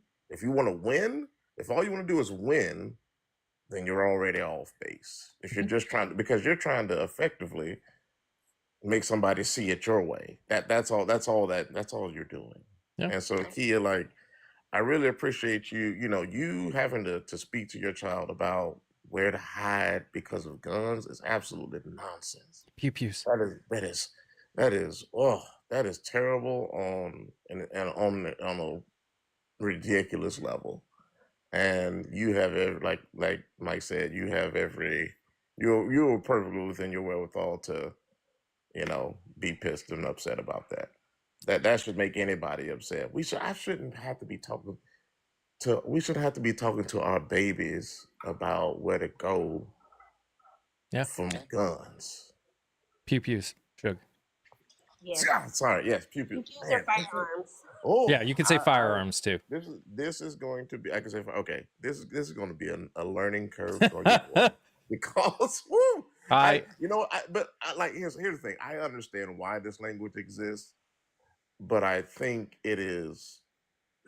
I think it softens the blow. Sure. That's why You I'm know, trying to push all of this over to the tube, because we which can I talk understand. more. It just right. It just like Yep. I just, you know what I mean. It like we're talking about. We ain't talking about.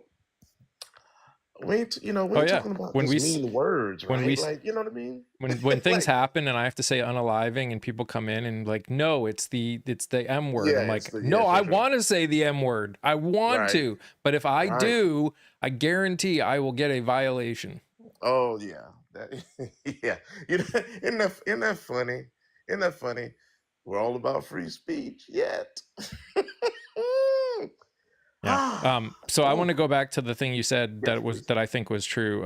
So yes, we can't agree on fundamentals, and that's between the two different sides. And yeah, internally in our side,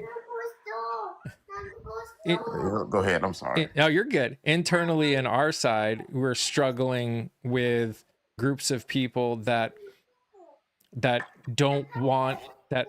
If we disagree on something that is not part of the fundamentals, it also becomes a huge deal. I mean, how many people, like, you have groups of people on the left that are progressives that are looking for the quote unquote perfect candidate. Well, the perfect candidate doesn't exist. If your goal in the end is to only hang out with people that fully agree with you and never make anything that you would see as a mistake, then we are always going to fail. We are always going to fail. That is why when we have conversations, when we talk, that is why everyone who comes up in this box knows that we all agree on fundamentals. We all understand that we will not get everything right. And we all want to learn. And we will screw up. But because we all understand that the fundamentals are the same, we are willing to give each other the time necessary to get to the point that we are all trying to get to. And that's something that we on the that progressives and liberals, whatever you want to call it, aren't good at either. And so I think because we've got both sides going on, it's furthering the issue, because instead of agreeing on the fundamentals for those that are progressive and agree with these fundamentals, it's preventing us from unifying enough to get things done in this country. Of course, we have a lot in common. Of course. Like when you look at the ultimate issues that we have in this country, forgetting the fundamental side, we're talking we all can agree it costs too much, to live. The cost of living is too high. The cost of healthcare is too high.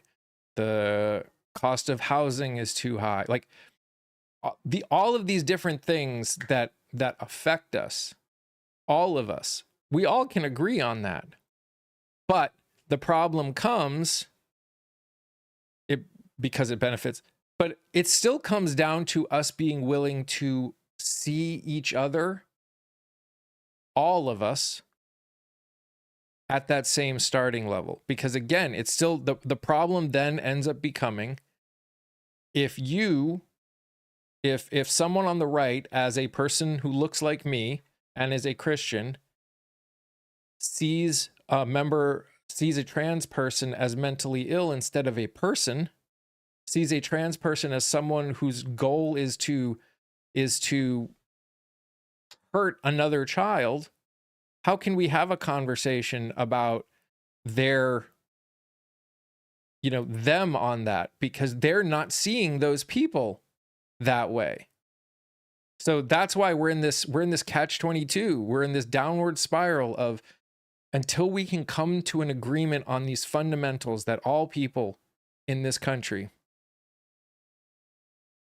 can agree on these fundamentals, it's going to be impossible to work on the things that actually affect and help all people in this country. It's just going to be impossible, because it'll still always come down to that difference of how we see each other. Well put. And yeah, that's yep. Well said, friend. Well said. Send it out. Send the message out. Y'all heard it here first. And that's why I try and do what I do here, what I do on the tube. That's why I say, if you know people that feel the same way, get them a part of it, whether it's here, whether it's on the stack, or whether it's on the tube. We have these conversations. They all come in different ways. Some people can't afford to sit here for 2 hours and listen to a conversation. But I post videos with people that have different perspectives on life all the time over on the tube. And that you can watch it anytime.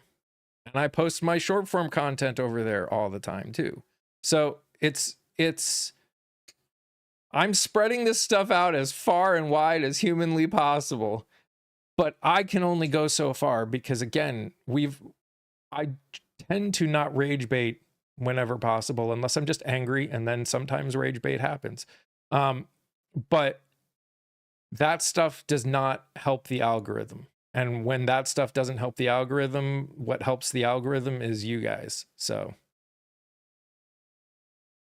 I think, see, why I don't, and it's not just you, but every person I've ever seen make that comment, I disagree with.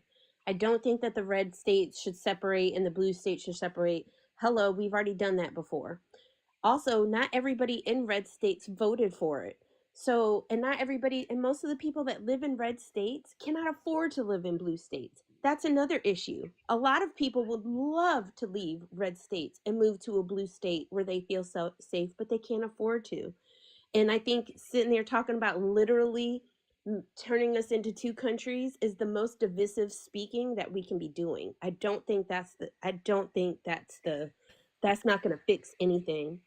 And the one thing, Mike, I will say that I struggle with, because while I am with you 150,000%, we've got to get to the basics. The problem is this country was not formulated on the basics that everybody deserves the right to freedom. So we have to get past that fundamental part of the foundation in order to get anything, because especially when you've got all of these different mothers for liberty, or mothers against liberty, or whatever, and the Heritage Foundation and PragerU, when those are the people that are making the curriculums that our children are going to learn in school, 100%. Y'all. Yeah.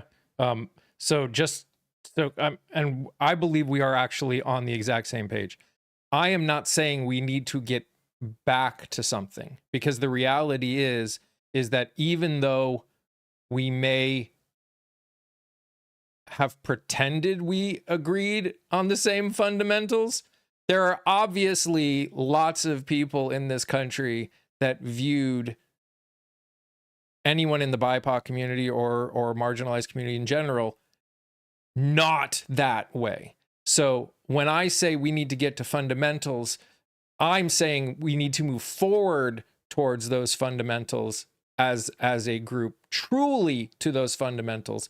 And yes, change in the way our society in this country is run is also going to be necessary if we are to truly get to that point. Without the change, we are still a country that was built on racism, and while has put things in place to put band-aids on the problem, has never actually changed the underlying structure to fix that problem. So yes, I 100% agree with you. It's not a go back, it's a go forward. Yes, very, very much so. It's like, because that's the thing. Like, I want that to be understood. Like, because at our core, at our base, this country's been fucked up since the get go, and it's like and the fact that we've been here, what, 250 years or whatever, as an actual country, the fact that we're having these kind of issues and we're still having those issues, it says a lot. And then the fact that it's 2025 and you have people actively trying to put in school books that slavery was good for Black people, that it taught us skills, they brought us, it is. Oh, by the way, I want to mention before I forget, Shug, I actually just interviewed Joliet yesterday. So she's going to be on one of the episodes over on the tube. Okay, word. I'll definitely have to get over there and check it out. And just for people who missed it earlier, there's two things going on about the cubes. And those of y'all in TikTok world, do you know what cubes are, Shug? What are cubes made out of? We don't like to say the three-letter word here.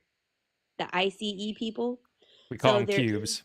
yeah, we call them cubes. Yeah. Got it. So Apple, I got an alert from Reuters at like 12:54 this morning that Apple has taken off the App Store. So when I said that in Bex's live this morning, some people checked. If you already have it, I guess it's still there. But like I never downloaded it. I went to look, it's gone. So And I don't. it's going to work the same way it would have worked if this app, if TikTok got taken down, where it would still work as long as you had it.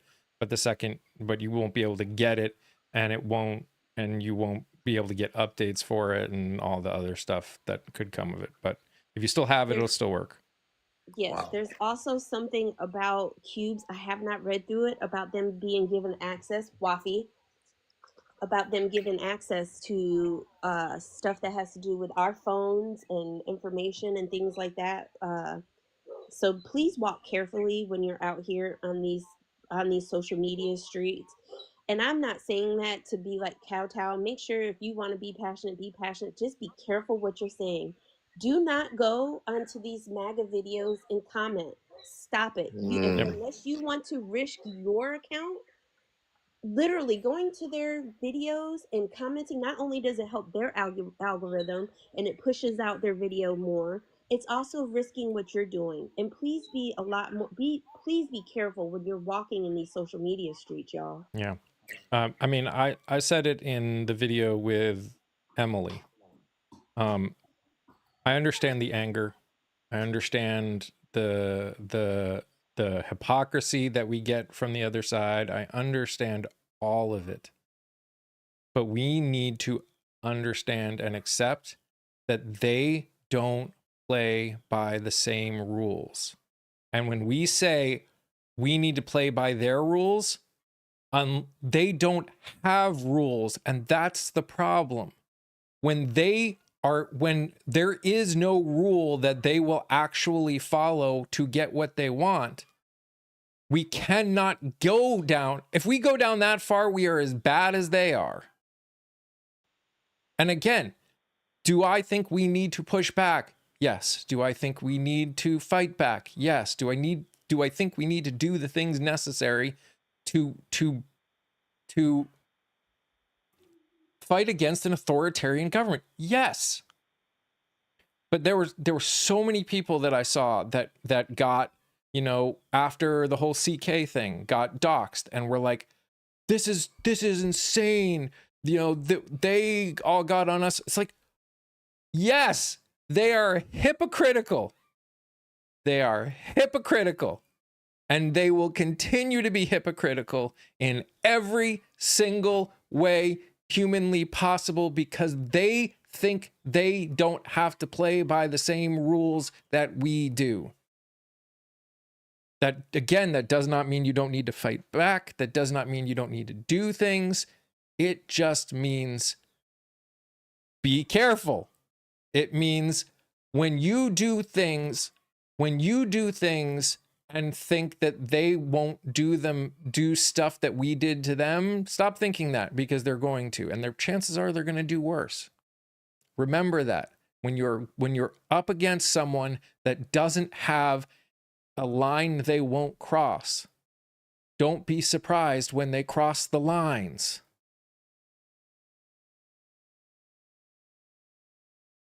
That part.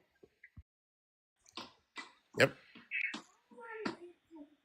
And when you do stuff that you know you could get in trouble for, accept the reality. I am on this app. I am putting my face out there. I am putting my name out there. Not because I feel safe in this country, but I feel that I am in a place, I have the ability to do something that I think is strongly necessary. And I hope and do as much as I can to be safe. But I also understand that there is a chance that something could come of it. And I think that what I am trying to do is more important than the potential ramifications if it happens. That's all I'm saying. It's like when people would burn the flag. You're burning the flag against chances are it's against a government that is not doing good stuff. So don't be surprised, even if you do it legally, that you won't have consequences for it. Just accept it. Accept it. That's the reality. This government there is going to always be consequences to speaking out against this government. We can sit here and say, we've got the First Amendment. We should be able to do this. You're right.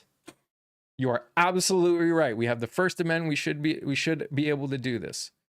We should sue the government if they go against people's First Amendments. We should sue them if they go against our Fourth Amendments. But don't be surprised when they do it. And don't be surprised if and when those suits fail, because we are up against an authoritarian government that has no lines, that has no morality, no matter what they say, holding them back. It's just a reality. And it's a sucky reality. And should it be a reality in 2025? Hell no, it shouldn't be a reality in 2025. We should be well past this, but we aren't. How did we get here? I mean, there is no black and white answer to that. It is decades of work by people with no line and decades of people not being involved, not paying attention. Apathy. There's a whole lot of stuff that got us here. It's not just one thing. One of the things I would like to take a stab at that a little bit, Lori. I think part of it is, and I've said this before, part of it is a lot of this stuff did not just start recently. It's been quietly going on. That's why I struggle. I'm gonna say something, and I know I'm probably gonna upset a lot of people in chat, and that's okay. I struggle with people who say they're independent, especially today. When people are like, well, I could vote for either way, when there has been a party who for decades and decades and decades have been against BIPOC community, they have been against the LGBTQIA plus community, they have been against so many of the and I struggle with that. I really truly struggle, and I'm going to be 100% honest with you. I've been thinking about this the last couple of weeks. Even Mike, when you say it, and the only thing for me that keeps me on the one side is like I feel like I know you, but when people are like I'm independent, and I'll vote either way, that scares me, because if you look back historically in this country, voting in a conservative way has never benefited this country. Sure. Ever. Nobody. Not white people, not black folks, not immigrants, nobody. And when people say that they're willing to vote for that, that scares me. Mm-hmm. That scares the shit out of me. And I struggle really hard with that, because I know a lot of people, I know a lot of the people that I know that say they're independent have recently, especially, they tend to vote more blue. But I'm like, if at any point you were okay with not always voting for everybody, I struggle with that. So, which is why, I mean, I totally hear you and 100% agree. That's my biggest issue with people that say they're independent is they don't, a lot of people that say they're independent just don't want to sound like they are picking a side. Which is why when I say I'm independent, it's not that I don't have morals that that guide my voting. It's that I don't vote for a Democrat. I don't support a Democrat because they have a D by their name. I support people, and in turn, it will often ends up being a party that aligns with my fundamentals. That aligns with, in this case, as we've talked about, the fact, humanity. And in 2025, the party with humanity that has shown humanity in a vast majority of cases is the Democratic Party. Does that mean they're perfect? No.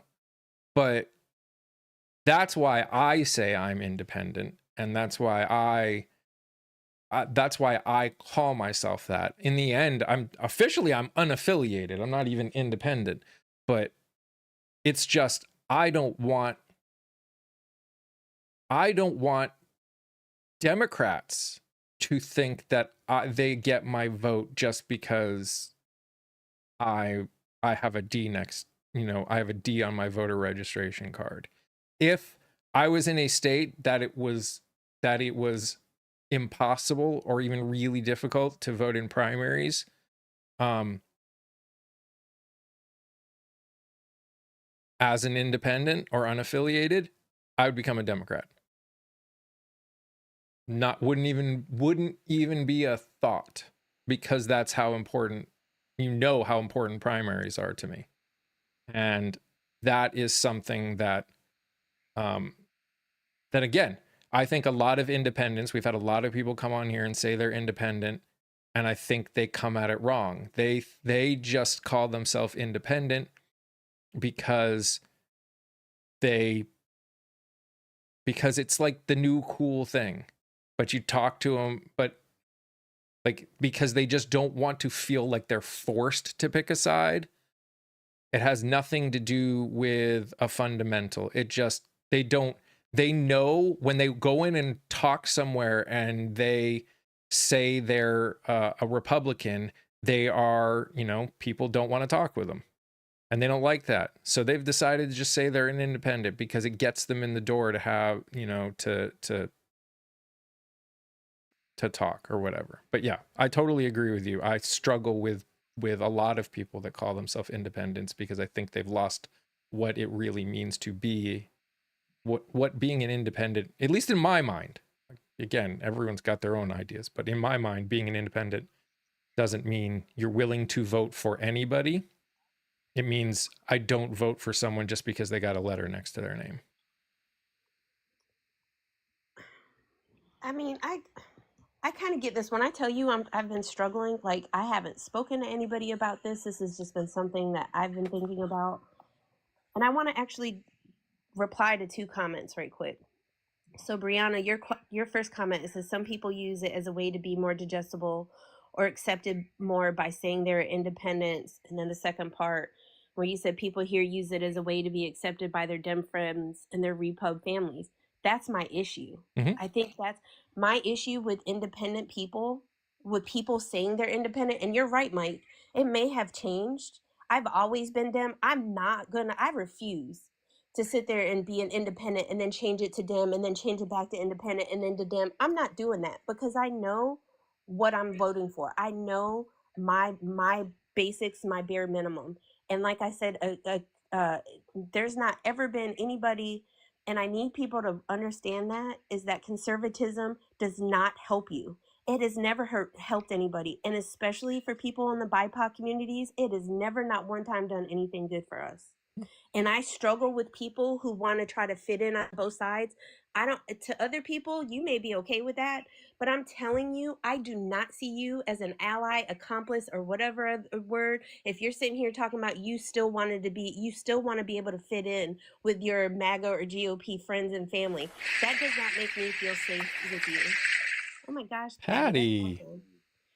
The Holy other crap. comment I wanted to reply to is Mercy. Some people are disappointed by the way the Democratic Party has acted or seemingly failed to act. And I totally get that. I totally 150% agree with that, because I've been up here hollering about the leaders and their lack of what it seems like they're doing. And I agree. I want them to do things. Some of them I wish they would do things differently. Absolutely 150,000% agree with that. Mhm. I just really thank you for telling little Redzilla how to fix that. If you guys are having any issues, I know some people have been saying it, just like try scrolling out, closing TikTok, and come back and see if that helps. But I think, yeah, at least for me, that's the middle. When you want to try to be in the middle, and I'm struggling with that. Like I'm like honestly, since the election, but even more so the last couple months, but the last couple of weeks, when I tell you, like every time I hear you say I'm not a Dem, I'm an independent, it's almost like you've kind of fallen into the trap that being a Dem is a dirty word. It's like people say parties like they're dirty words now, and it's like, no. In my mind, if you always vote for a Democrat, you're a Democrat. That doesn't mean that you're just a little. I've never been okay with being a box. And if the little D or the little R next to your name really to you says that then I need you to do some soul searching, because that's just the party who we affiliate with. That's it. That's not who we are. That's not who we are as people. It's a political party. And I want people to know, to people who are marginalized communities, when you're screaming that you're independent and I vote both ways, you do not make yourself seem like a safe place. You do not come off as an ally, because that means, oh, something could happen, you could vote. That makes me nervous.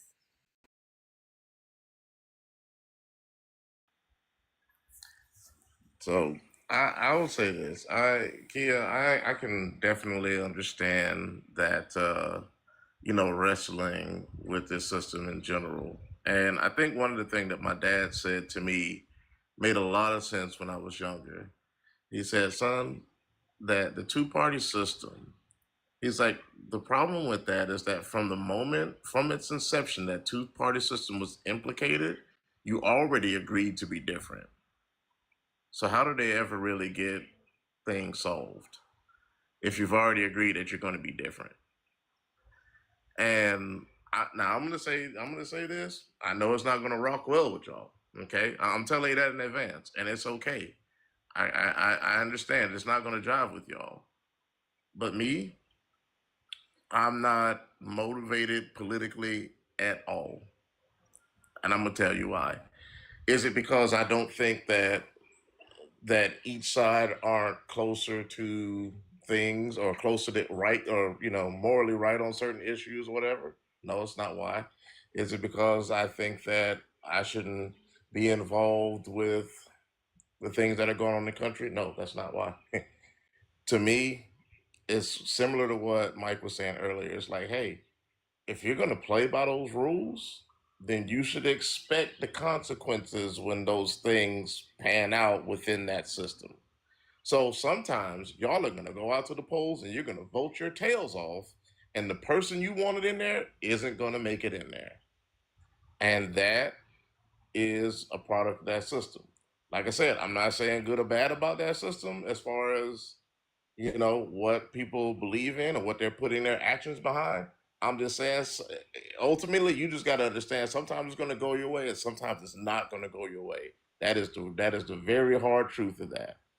So for me personally, here's what I can put my action and what I can put my energy behind is that when I interact with people, it's a B. That's all right. Just don't bother with it. Okay, you're gonna be all right, son. Yes, sir. And So I'm not gonna straddle the lines. I'll be honest about where I feel about something. If I feel the need to vote, I'll do it. Flat out. I will do it. So I'm not afraid to go vote or any of that. But what I am about is when I get on here and I get with good people like Mike and get with good people like Kia, that I can say, hey, look, I'm with you, friend. If you need somebody to stand beside you, I got you. If I see somebody struggling on the street, a lot of people don't want to give that homeless person $1 or two or whatever. That's fine. I'm not saying, you have to be aware of your surroundings and be safe and all of that. But I'd rather be sure that I'm being a good, solid human being here and when I'm out in the world versus if I went to the poll or not. And I'm just saying this is my personal motivation. So if you vote, you go vote and you go vote your heart out and you go put your actions towards what you are dedicated to. Me, I'm just much more about let's take care of the people that I'm around. That anybody who's in my sphere of influence can look and say, you know what? When Suge and I interacted, he treated me like I was supposed to, or like he was supposed to. Even if we didn't agree on something, he didn't attack me. He didn't come after me over it. We was able to keep things civil and work towards those, as a lot of you in the chat pointed out. Let's talk about these basic principles: empathy, treating people like human beings, so we can get somewhere. So, like I said, I respect it. I respect what y'all are doing. And to be honest, I believe we need people like yourselves that are politically charged to be out there, because I'm flat out not going to act like I'm in that realm, and I'm not going. I'm not going, because to me that is a system I just cannot get behind, the system that's already divided against itself from the onset. And I hope that whatever way that pendulum swings, that is towards a way that helps people out and moves people toward for the better. And I just want to say, Kia, at least when it comes to me for independent, saying I'm independent, I only come out with that when a troll comes in and says something and says that I only think that, or I only am like this because I'm a Democrat. I will never on purpose bring it up. I'll be like, look at me, I'm a Democrat. I will say straight out what I believe, and I have supported only Democrats. Because those are the only ones that believe in my fundamentals. And I have said that, while I consider myself unaffiliated or an independent, my fundamentals support the Democratic Party, and I will continue to support them as long as we don't have another party shift or something like that, which again, at that point, if they switch back, then all of us will end up becoming Republicans, because assuming that it stayed the same way. Mm. And let me just be clear with y'all too. I vehemently oppose the current administration, and I also did that at the polls. Like I said, I'm not afraid to vote, because what I personally believe about uh, our current president is that he is for himself and that he wasn't for anybody but himself. So yes, at the polls, I opposed him in that way. I just want to make that clear. I don't want y'all to think that I'm afraid to get in that arena and push back in that way. I'm more than willing to do that. I'm just, like I said, I'm just not charged for it. It's not going to be a constant in my life. It's not going to be an arena that I live in terms of how I see, in terms of how I want to make the most change and impact in this world. I think that these discussions right here ultimately go a lot longer than the polls can, because this is about us coming together. Let's figure things out. Let's have good, solid, honest discussions about stuff, and we can move forward in that way. I would say I agree with some of what you said. Uh huh. And you said, and especially like when you were sitting there talking about like the systems and all of that, I totally agree. I just, and especially with this space being like a political space, I'm Sure. sure there's going to be a lot of people that don't, like my mom doesn't vote. She's never voted, ever. My mom is also a white woman. And I find that since this election, I'm struggling with the fact that she never has voted. Because in a way, we can't just care about our own families. I think that's kind of what got us here is the apathy and people saying, well, you know what, I'm not going to vote this time. I think now, if anything, voting is so important because voting affects our kids when it comes to school board members. Voting affects our insurance rates for our homes and our health care. And there's so many things that voting actually affects that I didn't realize when I was younger that now I do. I might not have voted in all of the little things. I always voted. Once I turned 18, I've always voted in like the big elections. And I didn't always vote until in the primaries until within the last few years.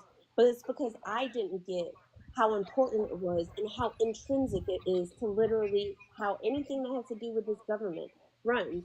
Like if I wouldn't have if Biden wouldn't have passed the Infrastructure Act, I where I live, we did not have access to high speed Wi-Fi. And if it wouldn't have been for voting that way and getting that act passed, all of the people, not just me, but all of the people, and I live in a red area, but I still want them and their families and their kids to have access to Wi Fi and the internet and things like that. So I would just, that's my only pushback. I totally agree not making voting and politics your entire life and everything that you centers around you. But Mm. I think it's kind of dangerous to sit there and talk about like not voting. That's how we ended up with a 34-time felon person who's been found guilty of SA as a president is because in this time, so many people just felt like, oh, you know what? I don't like this. I don't like that. I'm not into politics. Like my mom's like, it doesn't affect me. Somebody who's retired and lives on Social Security, she has no idea what's getting ready to come to her, what's getting ready to happen to her, and her ability to live. That's my only pushback to it. But I totally agree. The systems are fucked. Yeah.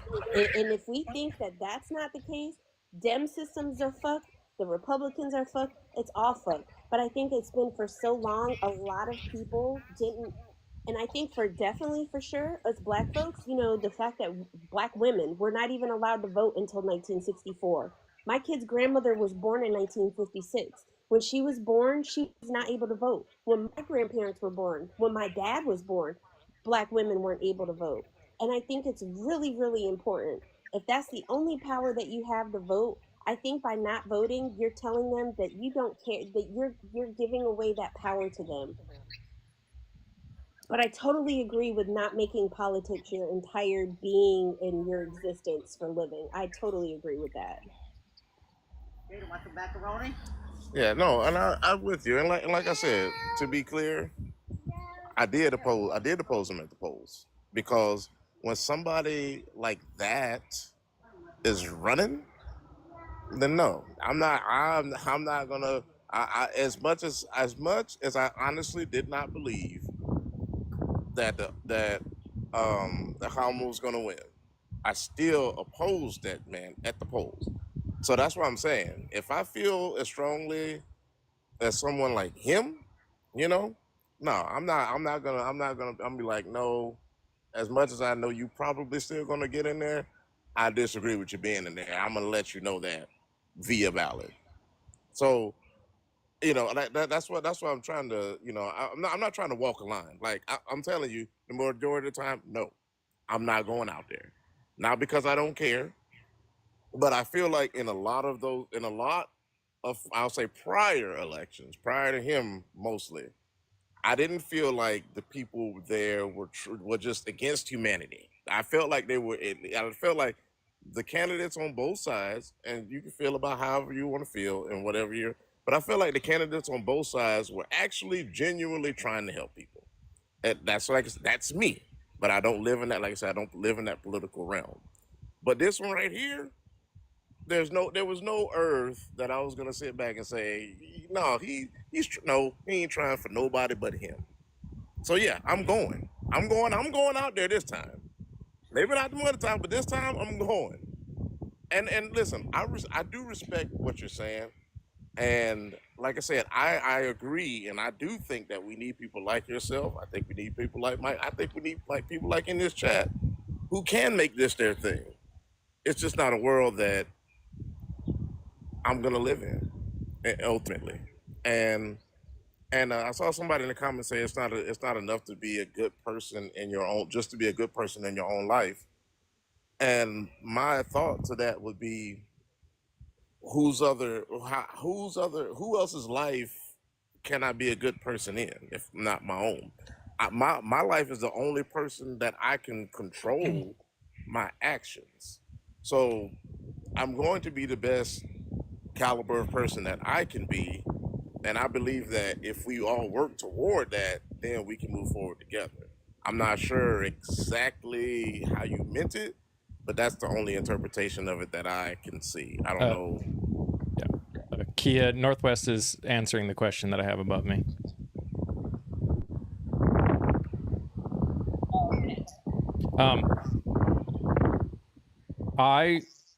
The one thing that I would say after listening. Sure. Hey Shug, can you mute your mic? The wind is just going crazy on you. Yeah, you're good.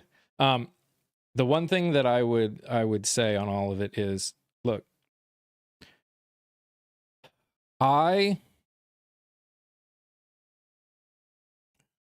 it all comes down to relationships, right? I may never, I will always try and convince someone like Shug to vote all the time because I think it's important. And that's just a reality. The key for me is to not make it such a part of my relationship with Shug that I push him away from doing the exact thing that I think that I want him to do. What I need to do is tell him what I think and why, but also continue to grow that relationship. So again, I think yes, you can't just be a good person. I think all of this is, life is more complicated. Nothing is black and white. We can't just be about politics. We can't just be about a good person. We can't just be about X, Y, and Z. It has to all be a part of it. The fact is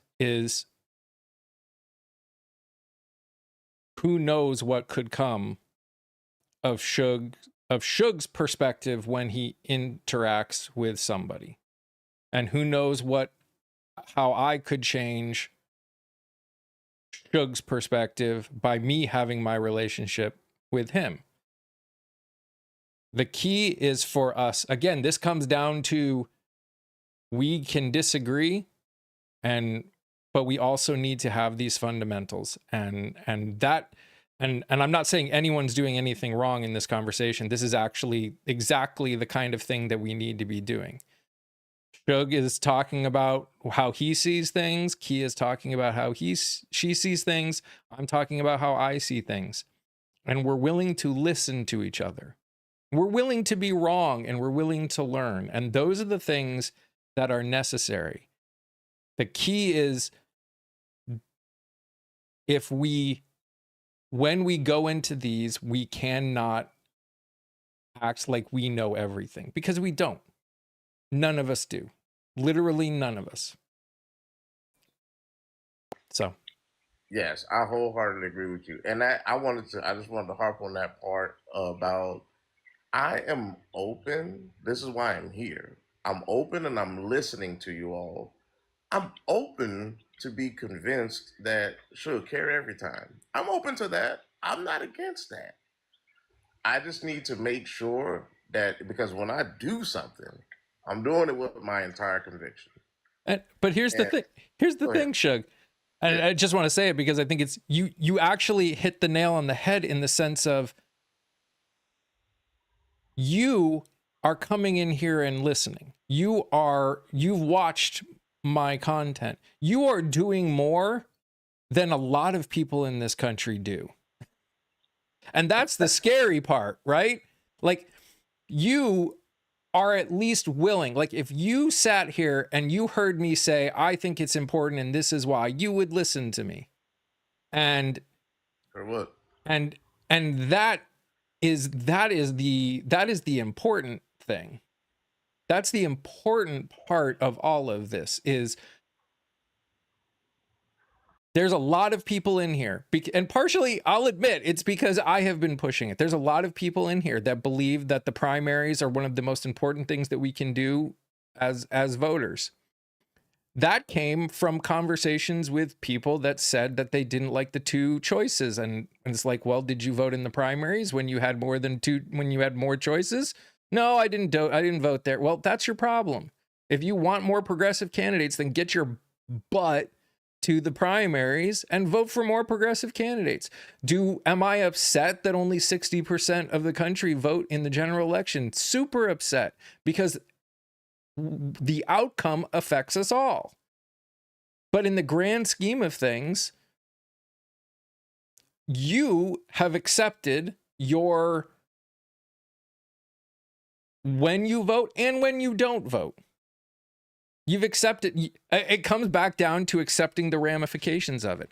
For me, for people that may be affected by it, if you go up and you said, yeah, I didn't vote this. If you said, obviously you did, but if you said, yeah, I didn't vote this election because I didn't like Kamala Harris or Donald Trump, I hope you expect to have a lot of upset people at you because of what the last 8 months have had. And that's why you get a lot of people that are like, please, for the love of God, go vote, because there's a lot of people that are affected by it. Kia, yes, go. Sorry. No, because I know you said if you don't hear people talking and you keep talking, and then I'll lose my thought. Yep. I just want, because I think the problem is that people don't, there's sometimes a disconnect. Women have literally lost control of our bodies. Women, not neither one of you gentlemen, women. Mm-hmm. And that came directly to votes and lack of votings, and allowing the orange one the first time to put who he put into the Supreme Court. Voting or not voting directly affects women living and unaliving in this country today. So please, nobody that runs ever, a politician is a person just like we are. They get up and they put their drawers on one leg at a time, just like we do. Okay, every politician. That also means that every politician has faults.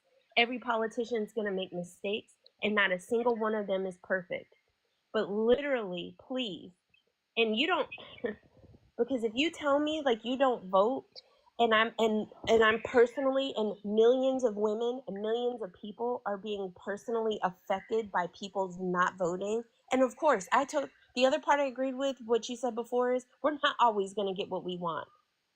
And you're right, because I was in a depressed state of hell after the last election. I didn't come in here for what, 2 or 3 months. I stayed away, Mike. Like Something like that, yeah. I couldn't take it.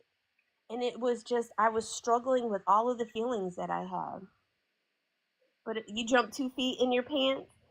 But just, and I agree, Mike, like, if you don't vote, like, and if you don't vote, if I can't even make my own mom vote, who has 3 black grandsons in the red state of North Carolina, who has a female granddaughter that's actively serving in the military right now with everything that's going on, who has granddaughters of childbearing ages.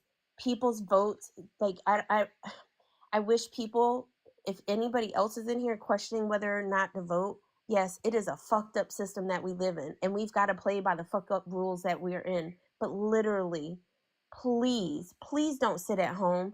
Even voting for school board, those people directly choose what your children will be taught in schools.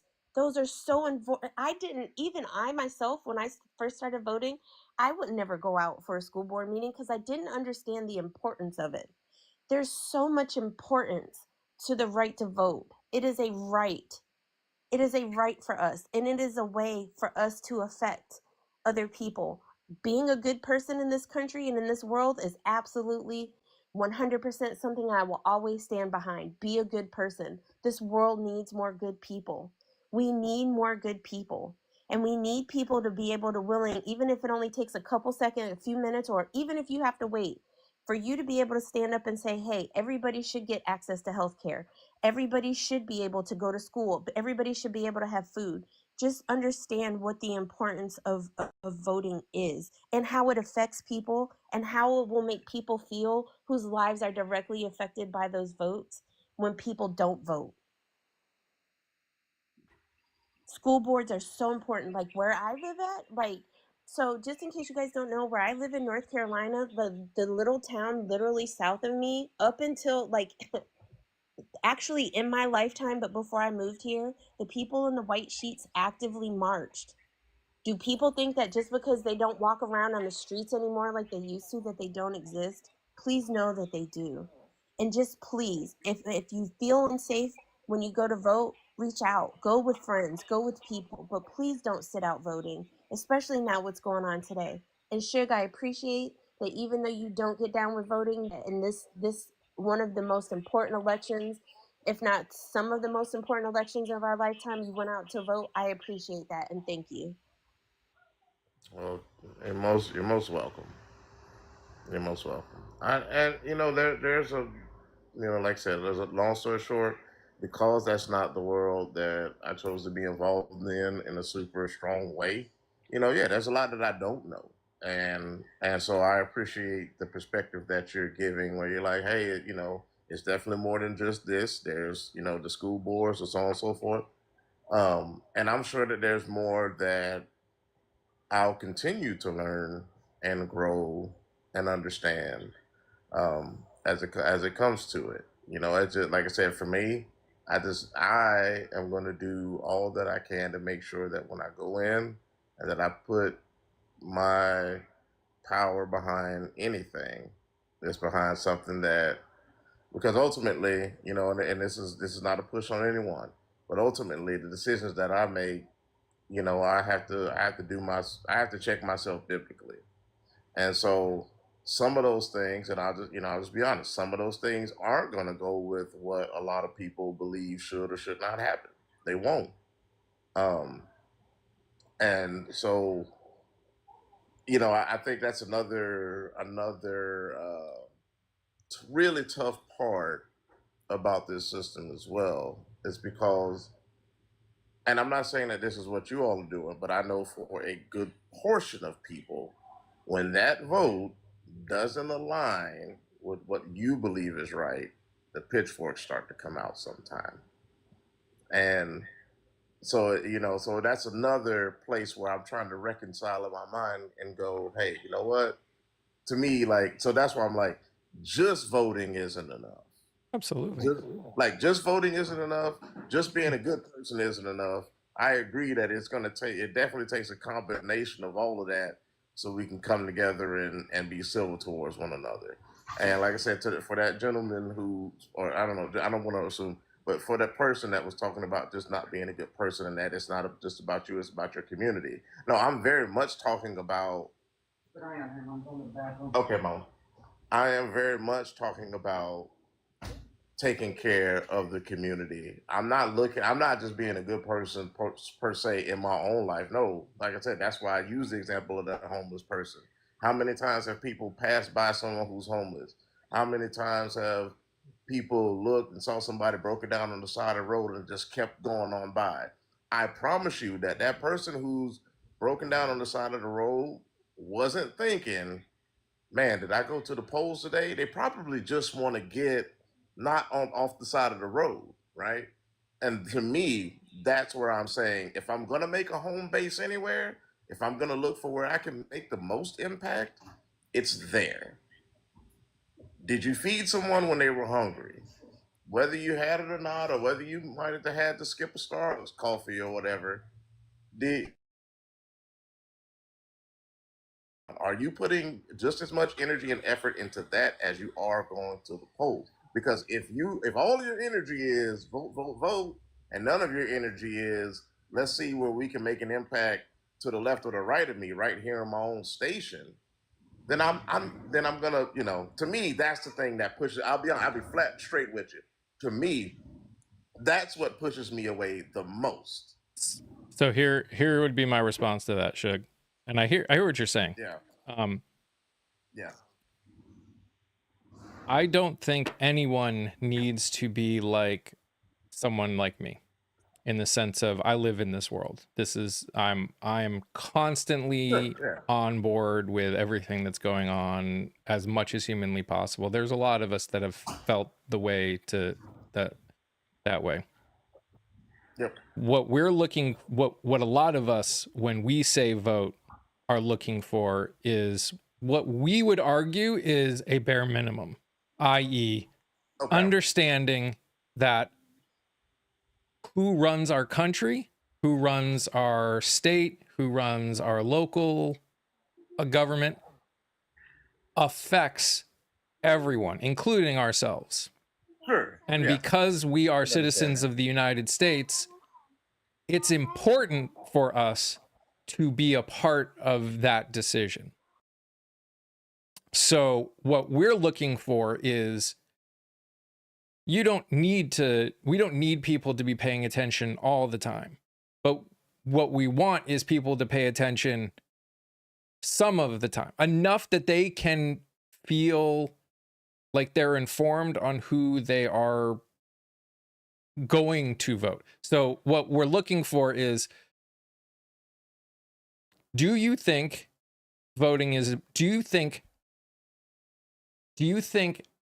picking the person that is chosen to run your country, your state, your city affects you and your everyday life? I would assume the answer is yes. I would assume all of us here think the answer is yes to that. Because we think that, then that means the act of picking that person should have some importance to us. Right now, a lot of people find that has no importance to them, to the point that they are unwilling to spend even an hour to do some research on who's running and then spend the time to stand in line to actually do the voting. That's what we're looking for. We're not looking for someone to spend 8 hours a day, 5 to 7 days a week paying attention to literally everything that's going on. Right now, we're just looking for a bare minimum from people, in the sense of, we got an election coming. Can we agree that the people we're choosing matter? And if we can agree to that, can we also agree that it's important to pay attention and learn about who you might be choosing? Again, I can't speak for everyone. When I talk about the importance of voting, that's basically what I'm getting at, is who is in office affects us all. And if our overarching goal is to be a part of a society, we should also be a part of choosing how we want our society to look. And the way that we do that, part of the way we do that, because again, voting is not a 365-day thing. It's a 1 day a year thing, unless there's special election, but it's still a 1 day a year thing. So let's get everyone to agree that it's important. And then once we've agreed it's important, let's get everyone to be willing to put just a little time to learn about who they're voting for, and then go and actually do that thing that we've agreed that is important. At least from my perspective, that's why you see a lot of people say, talk about, when we talk about the importance of voting, that's what I'm at least talking about. Two things real quick, because I'm getting ready to have to pop so I can go live.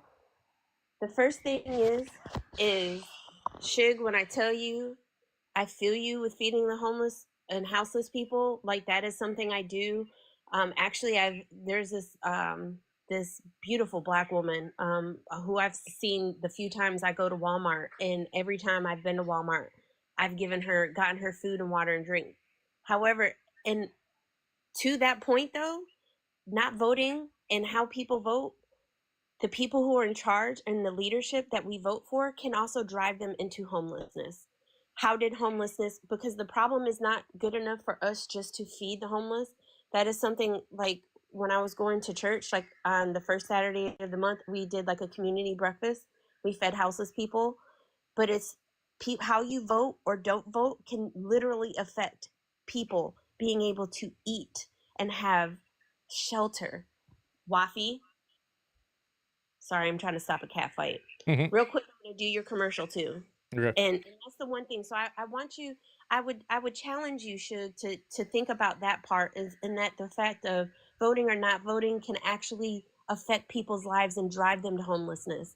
With the fact that for so long people being apathetic and not voting have allowed for all of this termination of all of these rules and regulations that had allowed the the housing market to go what it's turned into and the rental it when I tell you it took me a long time to realize that even though I don't like that game, I don't like that shit at all. Like when I tell you it irks me to my soul, I also know that not participating is very harmful for other people, not just me. For people I don't even know, because I don't want anybody to be hungry. I don't want anybody to be houseless. I don't want, and I don't care how their parents vote, how they vote or not. I don't want that for anybody. Real quick, I'm going to do the commercial though. Wafi, back up. Sorry. So y'all, I'm gonna do the commercial right quick because I'm getting ready to drop and go live. If we're getting ready to end, it's coming to the end of the live. If you have not already, please make sure you send your heart me's that's he's pointing to at the top. Make sure you collect all your points. All of those points tell TikTok that we enjoy Mike in this conversation and what we're doing here. All the gifts, if you've sent any gifts, especially to the host, make sure you claim all those points. Please make sure you follow on the tube. We've already seen it now where some lives you can say some stuff, some lives you can't. It's going to get worse. So make sure you follow on the tube. We don't have to say stuff like pew pew and unalive. We could say real words because I agree. We shouldn't have to use silly, simple language for stuff that is so detrimental to our country right now. Also, make sure you follow on the Stack of Sub. You can listen and you can read. We also have a Discord. There's tons of channels that you can go in there. You don't have to worry about 140 limit character. You can say what you want to say within reason. Make sure you check out the new episode. So now Tuesdays and Thursdays are going to be the new drop dates for the new episodes. As long as I keep getting as many people that to interview. Yep. It'll be Tuesday, but if I get a lot of my plan is to post something Tuesday and Thursday. It may not always be like an interview episode, but the plan is Tuesday and Thursday. I will be posting things. Yes. Yes. So make sure you do all of the things. I'm getting ready to go drop now because I look like I put my hair in a socket and I'm supposed to get in front of a camera. Suge, I appreciate you being here. I'm glad I met you. I'm nice to meet you, sir. The pleasure has truly been mine, Kia, and I've taken what you said in stride, and I will certainly be able to analyze this further and deeper for myself. And listen, I want to tell you, when I say I'm going to do my research, I don't mean a 30-second Google search. I'm going to actually sit down with some folks in these arenas and just learn a little bit more and continue to know. Because one thing I can always get behind is if you can provide me just some nice logical things that I can look at, I'm down to listen. I'm down to hear it out. It's not 100% mean I'm going to make the jump per se, but I can at least look and go, hey, you know what? Let me consider this deeper, and then I can make an informed decision. I appreciate that, and that's all we can ask. That's all we can ask. And that I know in the Discord, if you're not in the Discord, please join the Discord. I'm not in it as much because of the fact I mod for Mike. Prior to Mike, I modded for 2 hours and I'm getting ready to go live myself. So I don't find myself in there, but we post, there's like a place for media. So you can share news sources, articles, you can share TikTok videos with different things talking about a lot of different subjects. Yeah. But yes. And I love you guys. I love you too. I love you, brother. I gotta go. All right. Bye. Bye guys. Have a good day. Bye. Bye. Yeah. So yeah, we put on stuff in there. All the people that are putting things in that channel for videos for podcasts. So if there's a day I don't have someone to interview, I'm going to use those videos and I'm going to watch them and talk about them. And that's going to be an entire video is watching and talking about videos. So, and again, join the tube, guys. My ability to do this and keep doing this consistently is the continuation and growth thanks to this community. And you guys watching over there will help me get to a point where I can potentially grow and be able to monetize the stuff that's going over there. And it sucks. I wish it was easier to survive doing this kind of thing without having to make these kind of requests but that's the joy of, you know, billions of people all using and watching and being content creators. So I appreciate all of you that do watch on a regular basis and listen and all that stuff. It really means the world to me. And again, if you know anyone that would be interested in being a part of this community and being part of this coalition, send them some of the stuff that you've liked. There's, you know, now that I'm going live here and over there at the same on the tube at the same time, you can literally link them alive so you can show them what alive is like now in that you couldn't before. So again, I appreciate you, Shug. I love you, brother. I always appreciate getting to hang out with you. I love you, brother. Thanks for having me, man. And I like I said, just that same as with Kia, you know, thank you for sharing that perspective. I appreciate it, and you know, I look forward to linking up with you more, man. Yeah, absolutely. All I can say is that apathy has allowed the Republican Party to drag. Of course, yeah, apathy has become a huge issue in this country when it's come to voting. So again, when I say that there is no one solution to this problem, there is no one solution. There is probably 50 different things that have all gone on, that have all worked together to get us to where we are. We need to understand and work on each one of them separately. And not each one we talk about is going to potentially speak to you, because that's not the problem you have.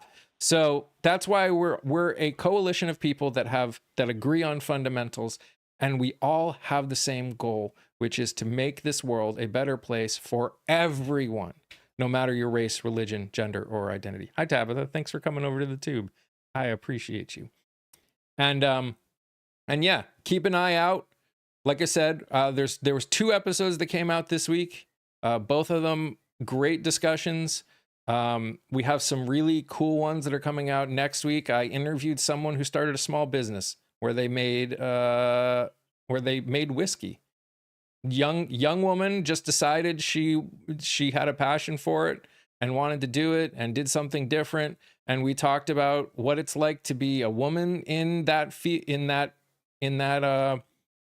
space, which is hard. We talked about what it's like to start a small business.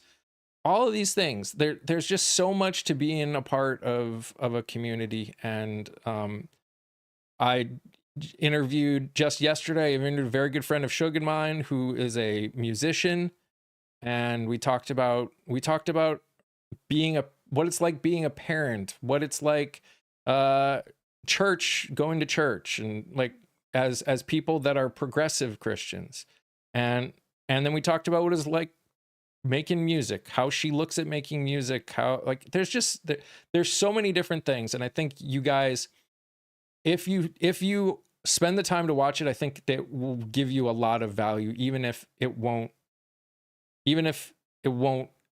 give you as much as some other ones will. We're putting a lot of work into all of that stuff. So again, thank you everyone for the likes, the shares, the gifts. You guys are amazing. Thank you so much. Just so you know, Monday is going to be different because, you know, the Rapture is coming back on Monday.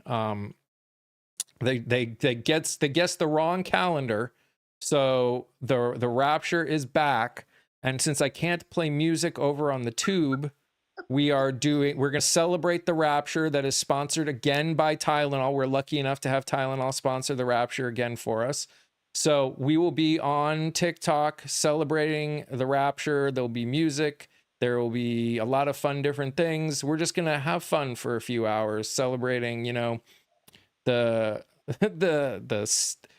you know, us floating up into heaven. Make sure you're outside because you don't want the roof to catch you, which is still scary that some people thought that. So you're saying there's a chance. Anyways, guys, it's just going to be fun. We're going to listen to music. We're going to have a blast. We'll talk about things that are going on in the world, but in the end, it's just it's going to be a time to smile, laugh, sing, just have a fun time as a community. And, you know, thank Tylenol for sponsoring the Rapture. All right. Yeah. So, okay. We will see you guys on Monday. Have a great weekend. You guys are amazing just the way you are, and I love you all very much. Stay safe, stay healthy. Remember to sing, laugh, dance, smile. Do something that makes you happy. Bye, guys. Brian, thanks for coming over from TikTok. Thanks for following everyone over on YouTube. Make sure to watch the videos, and I'll see you guys on Tuesday here. I'll see you over on TikTok on Monday.